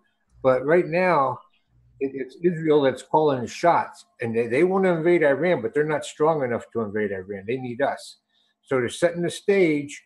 Now, when Iran retaliates, which they did today, next thing you know, you're going to see Trump. He's going to say, oh, my God, the Iranian terrorists have attacked Israel. Israel's our strongest ally. They're the only democratic nation. We have to come to their aid. And now Israel gets the troops on the ground and the air power from the United States that they need to defeat Iran. That play has been coming for a long time. I'll tell you, a good guy to watch on if you're interested in the Middle East is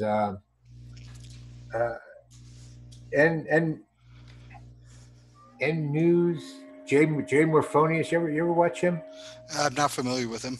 Oh, I mean, this guy, he's a historian, and he looks. He's been calling on us all along. And everything he says has come down, and you could see it happening. You could see it happening when they start demonizing Russia. I was putting this in tweets months ago that it was coming. Then they put Bolton in. Then they put Pompeo in. Now they got this torture queen as a CIA chief. They got all the players in place. Israel's ready to go. Those are valid points. I think that, I don't think that we'll attack Iran. I think that at worst, who knows, at some point there might be some airstrikes, but Iran is not Iraq, and it's not Afghanistan. This is a cohesive society with a real military, the whole fucking deal. And I don't think we'll ever land ground troops there. And Israel certainly could never. We have ground troops in Syria right now. Yeah, I mean, I think we're going to go through Syria, and we're going to try to. That's part of the reason why we're going through Syria, is because Iran is a wall. We can't really go there without. It's just not worth it. There's other ways, and attacking Iran. I mean, like I said, that whole region is on the verge of a fucking fireball as it is. I just don't see the advantage in the U.S. attacking Iran, and even if Israel wants it or something. Like I said, I mean, I think most of these actions that are attributed to Israel are green-lighted by the U.S. So they might go off on their own once in a while, like when they sunk one of our fucking ships and some of this other crazy shit they do. But for the most part, their actions, I believe, are green-lighted by us. I agree there. I think we're working in concert, but I think they're the ones calling the shots. I just don't see it. Like, I think we're just too powerful. Like, the power dynamic is such that, you know. Oh, yep. It's the politicians who control the power, and they control the politicians. But they don't. Our elected representatives aren't in control of the levers of power. That's what we always bitch about. You don't think they control their representatives? I think that what I'm saying is our representatives don't control the levers of power. So they can control our representatives and get some extra money and extra shit done. But when it comes down to twisting the real levers of power, like, our elected representatives don't have a whole lot of say. I'm talking about the power of the military, and our elected representatives do have the power to direct that. On paper, they do. When was the last time Congress got together and said, like, we should do this and that with our military? No, that's even independent. Worse. Independent. Trump can do it. You know, Trump can do it without them. Well, again, I think all these decisions aren't made by elected representatives. So foreign policy is not decided by elected representatives. I'll send you a copy of the letter I sent to the representative and a copy of the letters I got back, and you see if those representatives aren't working for Israel. Oh yeah, I'm not saying that the representatives like aren't influenced and bribed and shit by Israel. I'm not saying that. I'm saying that the elected representatives themselves don't have the power to, you know, to decide whether Israel gets to tell us what to do or not. Well, who do you think decides it? I think embedded people have been in intelligence and the military and certain parts of the economy, like, that have been there for decades.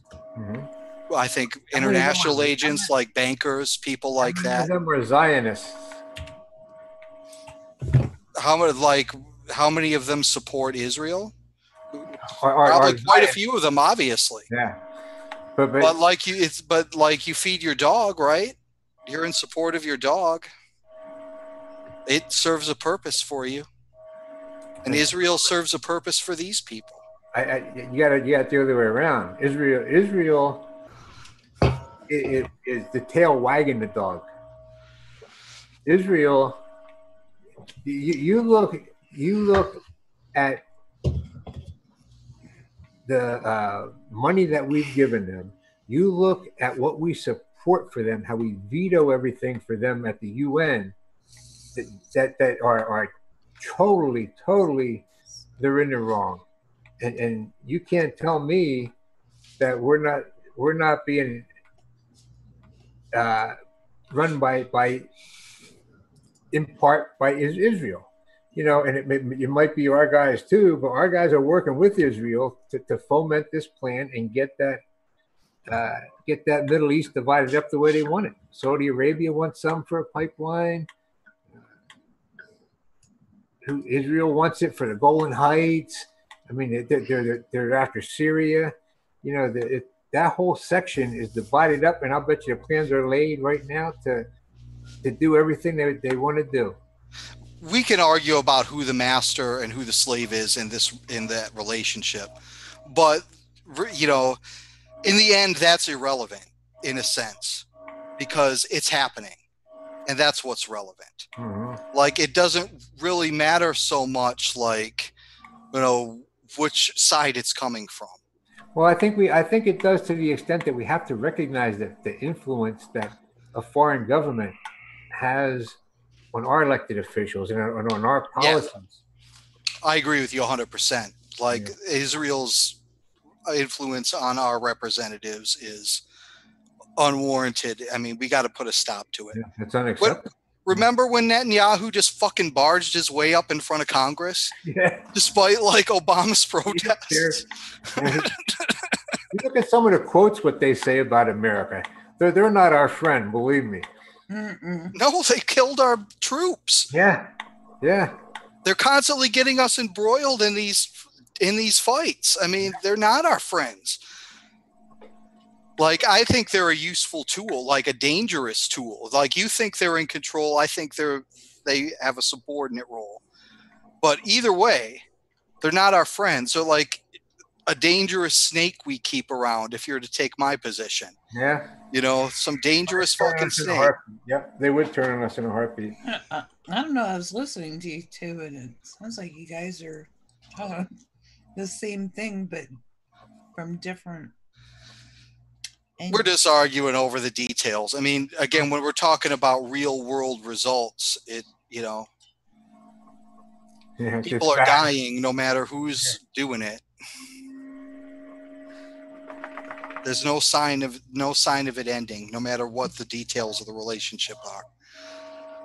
I used to have a dream of it stopping before I died. I don't anymore. And you're absolutely. I mean, I know that anti-BDS legislation was almost got in by accident. It wasn't. Not a lot of senators were going to sign that until once they realized what was in there. Because at first, a lot of them didn't know. It was a rider in some other bill, and they just didn't bother to read the bill. And in it was some anti-BDS provision. And once it got out there, they read it and go, "Oh, we're not voting for it." But they're still pushing it though. They're amending it. So what they did, they got change. The definition of successful change is that it's gradual. Okay, so they got the idea into people's heads already. A lot of people think that's over with. Okay, that'll come back and say, "Oh, we amended it. It's okay now." And there we go. They're limiting our free speech. It's another one of these bowling pins like net neutrality or TPP. Every time we knock it down, they will put it back up. Yep. Oh, it's not that. This isn't like something that I read years and years ago. The guy who started Common Cause, I forget his name, but it's a constant back and forth. You just because you might have won an issue, you can't rest now because the person who lost they're going to be coming to take that back. So you have to always be on guard to protect what you win. Ryan, we're watching you play WoW. Yep. I miss that game. It's how boring my life has become. Yeah, do they have they have undue influence on U.S. society? They have undue influence on our politics, and it's got to be put to a stop. I was ripping my hair out when Netanyahu just fucking barged his way into Congress. That was outrageous, just outrageous. I didn't get to see that.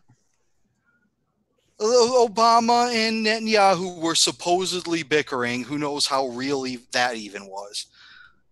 But Netanyahu's like, "I'm coming to the U.S." I forget what it was over. It was about. Was it another settlement thing where they wanted to build more settlements? I think it was the Iran deal, wasn't it? Was it? Yeah, it was. The Iran deal. Yep. He was trying to stop it. Yep. And he comes up and just gives this impromptu. Remember that stupid graphic he had? He had that. Was that in front of the UN? I don't remember. It was like this cartoon bomb. Yes. It was like something out of a Looney Tune. It was like some Looney Tunes bomb, and he brings it up in front of the UN or Congress. That dude, I believe, is a sociopath. Oh yeah, he's nuts. Did anybody laugh or? I mean, no, man, they were all terrible. No one would fucking laugh. That's where they get fucking paid. They got to know he's laugh at him. Yeah. I would have probably accidentally laughed. It's like, well, he shows a lot of the traits of a sociopath. Like he got that casual charm. He has an obvious indifference to human life. I'm not just saying that because of his policies, because you could say that about all leaders. Okay. But I think that's a Netanyahu takes it to a different level, like in his rhetoric and the way he speaks about these things. He's obviously always trying to charm his audience. He has no relationship with the truth, like no internal relationship with it other than I will use it when like it suits me to do so. I really think that man is a sociopath. Mm-hmm. He has sociopathic traits. I don't think Trump is a sociopath. Like, people are always, Trump's a narcissist, he's a sociopath. No, I think he's probably a pretty normal person. He's your basic narcissist. I mean, I've been following him for 20 years. He's a narcissist, but sociopaths and narcissists are not the same thing. They're not the... Well, he's got like a narcissist, I don't think he's a clinic, like what one would clinically define as a narcissist. He has narcissistic traits for sure. There is a clinical term for Trump. What is it? Asshole. Definitely. Oh, I wanted to ask Dom if I'll just ask him in chat. Am I? Oh, did he say goodbye? I gotta head out too. It's like 3 a.m. I'm playing World of Warcraft because there's nothing else to do. Enjoy, dude. You sound so sad. Yep, I Victor am. and I are getting ready for bed, so I like the haircut, Snork.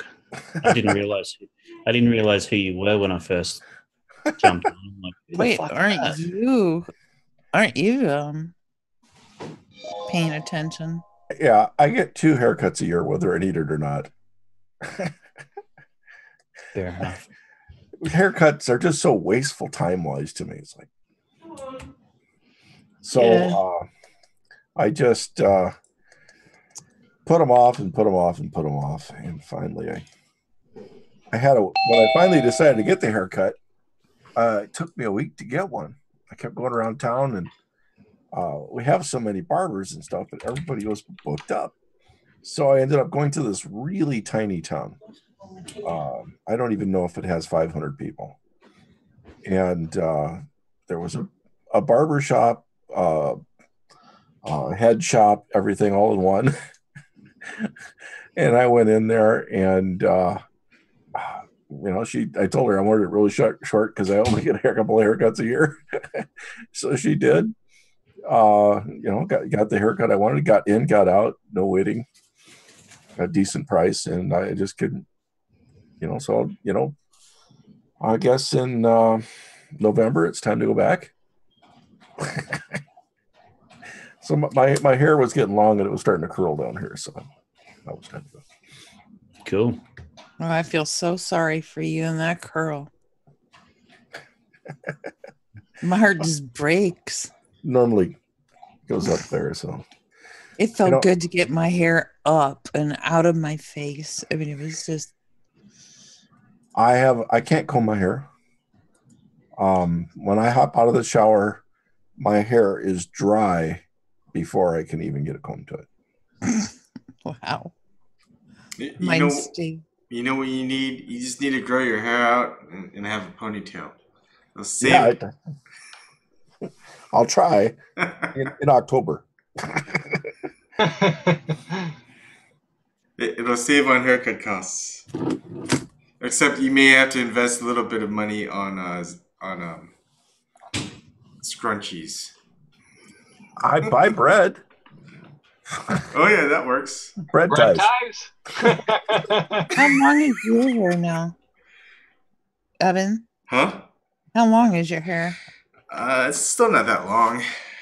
I mean, when I last had it cut, it was crap. I lost my scrunchie. So it's about that long. Mine wasn't much shorter. What was that? I missed it. Mine was not that much shorter. I cut my hair last week. Eric. Your hair is always that short.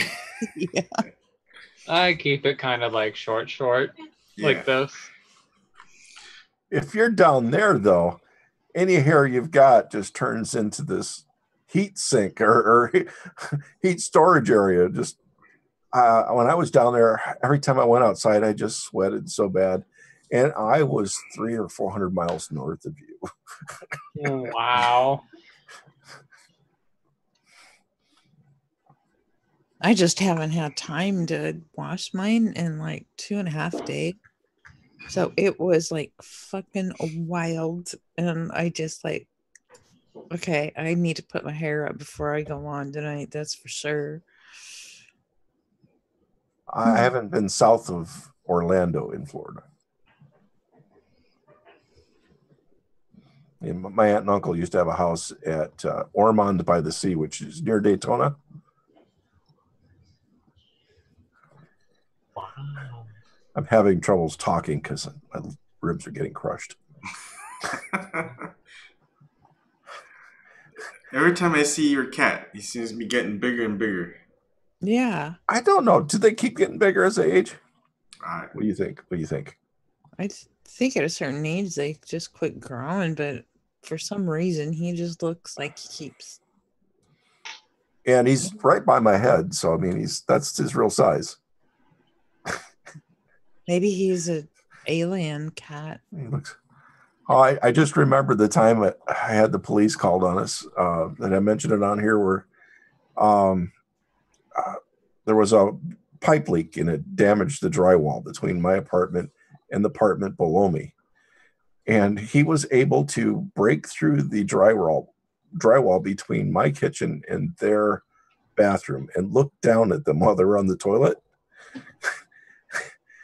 And they ran to the bedroom and called the police that my pet cougar had broken through the house and was trying to kill them.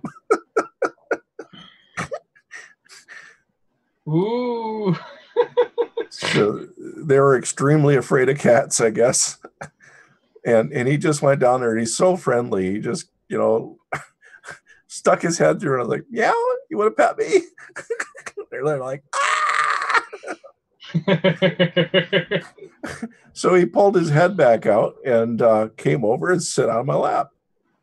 And I get this call. The police are on their way because of your cougar. And I'm like, what? And I hear a knock on the door. It's like, you got a cat. So, Dom, I have been searching all over. Have you heard of how Ahead is doing? Like, when was the last time anybody has seen anything live of Ahead? What was that again? When's the last time that we've seen Ahead live? That would be the Israeli girl that complained about her brother getting killed. Is that correct? No, the Palestinian girl Palestinian that got taken off to prison. I have not heard or seen. She got 8 months. Where is she? She got 8 months. Israeli jail. Wow. She got 8 months. Died? No, I don't think she died.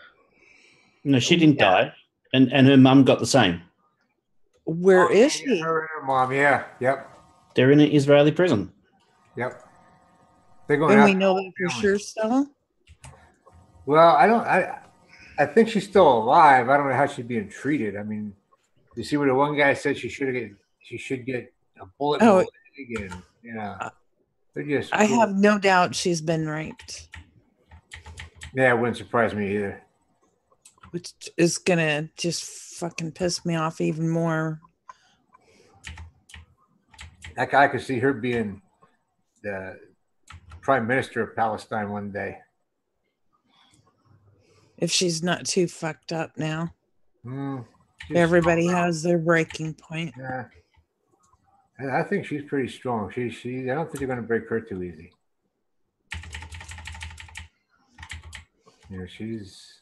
She's been raised with it, It's just normally they show, on something so high profile, they at least show something ever so often. I don't think Israel does. I'm sure people check on her, but I haven't heard anybody say anything. No, and it's not a driving word. me fucking nuts because it's like she's No, because they don't want to. They don't want to make her something that they're not going to be able to control. Does that make sense? Yeah. No, when Dom said, I'm sure somebody goes to visit her, then,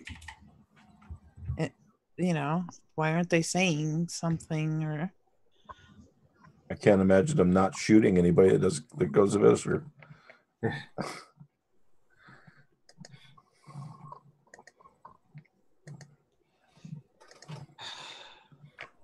Yeah, I don't know. I in my lifetime, I can't remember like a country like Israel doing. I remember Idi Amin and Pol Pot. You had those guys. This Netanyahu is right up there with them as far as like just being ruthless and have no. He'd kill more if he could.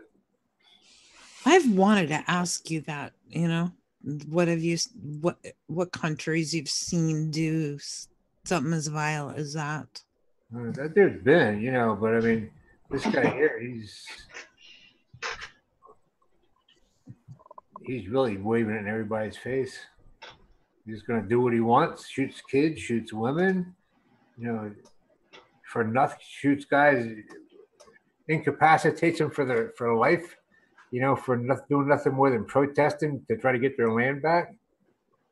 And when we support it, we veto every resolution in the UN where the rest of the world wants to condemn them and do something about it. Get that Nikki Haley in there. Ooh. Oh God, that woman is just, to me, she is scary as fuck. And then we got this torture. What's her name again? What's the new chick? The torture one? God, my head is gone and blank. Trump just appointed her. Yeah, I forgot her. Yeah, I know who you mean. Yeah. Yeah, now we got her. I mean, it's like, yep. We got Warhawk women now in charge. Well, that's why that guy got kicked out of that meeting trying to oppose her. Mm-hmm. He knows what she is.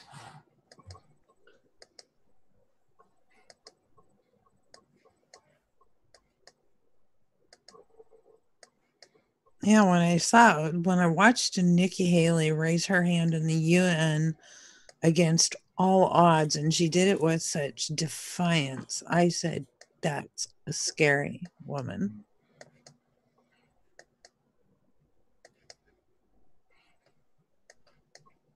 What was it for? God, I can't even remember. My head is drawing blanks all of a sudden. I have a hard time watching her. She's just so arrogant. So either she's clueless or she's the most disingenuous person in the world. Or both. Or both, yeah. Go for it all, Dom.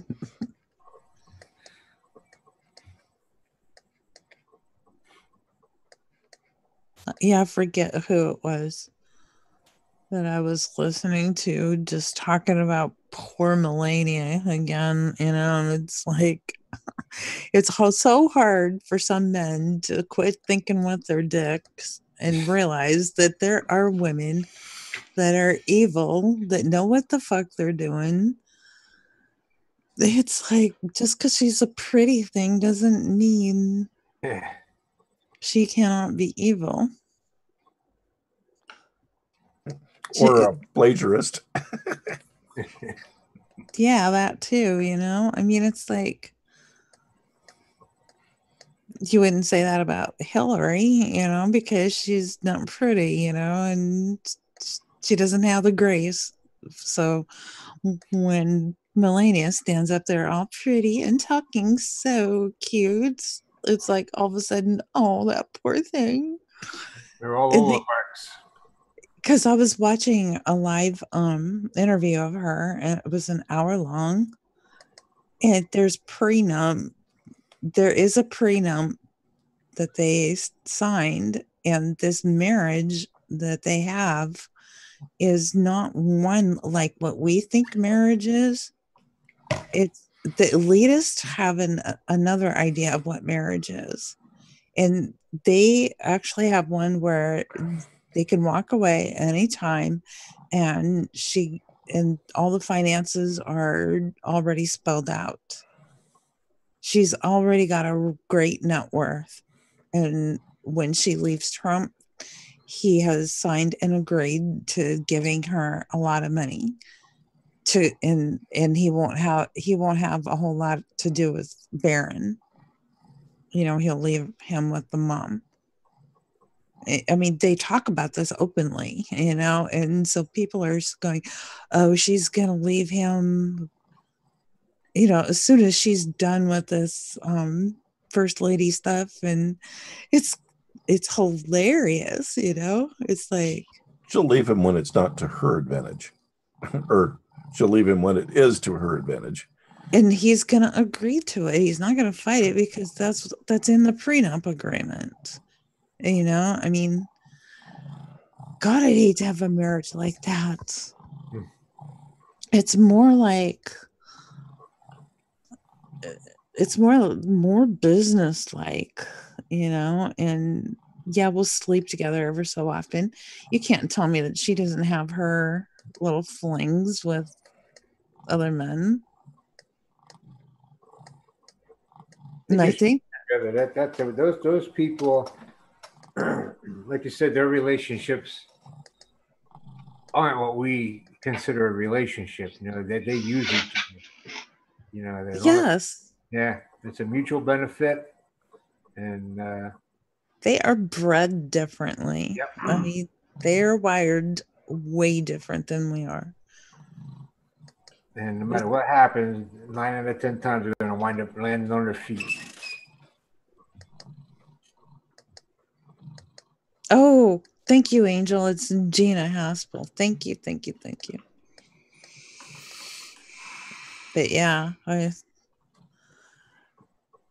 this election has done one thing great in me. I am so fucking happy to be a poor person in this chat than being them. I mean, I would not want to be insanely wealthy and have to have their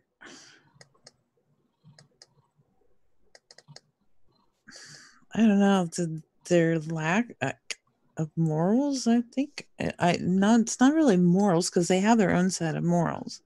Ethics. Their way of life does nothing for me. I don't wish it.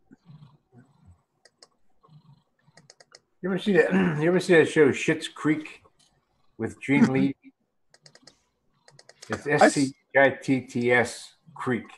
I saw a few of them. Yeah, that's funny. Like that, he was this real rich movie producer or something, and his accountant embezzled all his money and didn't pay his tax, and the federal government took everything from him. And they wound up broke, and the only place they had was a town that he bought for his son when he had all that money, and it was called Schitt's Creek because the guy who founded it was SCHITT, and that they owned that town, Schitt's Creek. They wound up living in a motel there. Pretty funny, but it shows from going from that wealth and opulence to nothing. They didn't even have a car. Kathleen O'Hara's in it. It's pretty good. It's Netflix. I'll look it up, but we have Netflix here. Huh? We have Netflix here, so I'll look it up.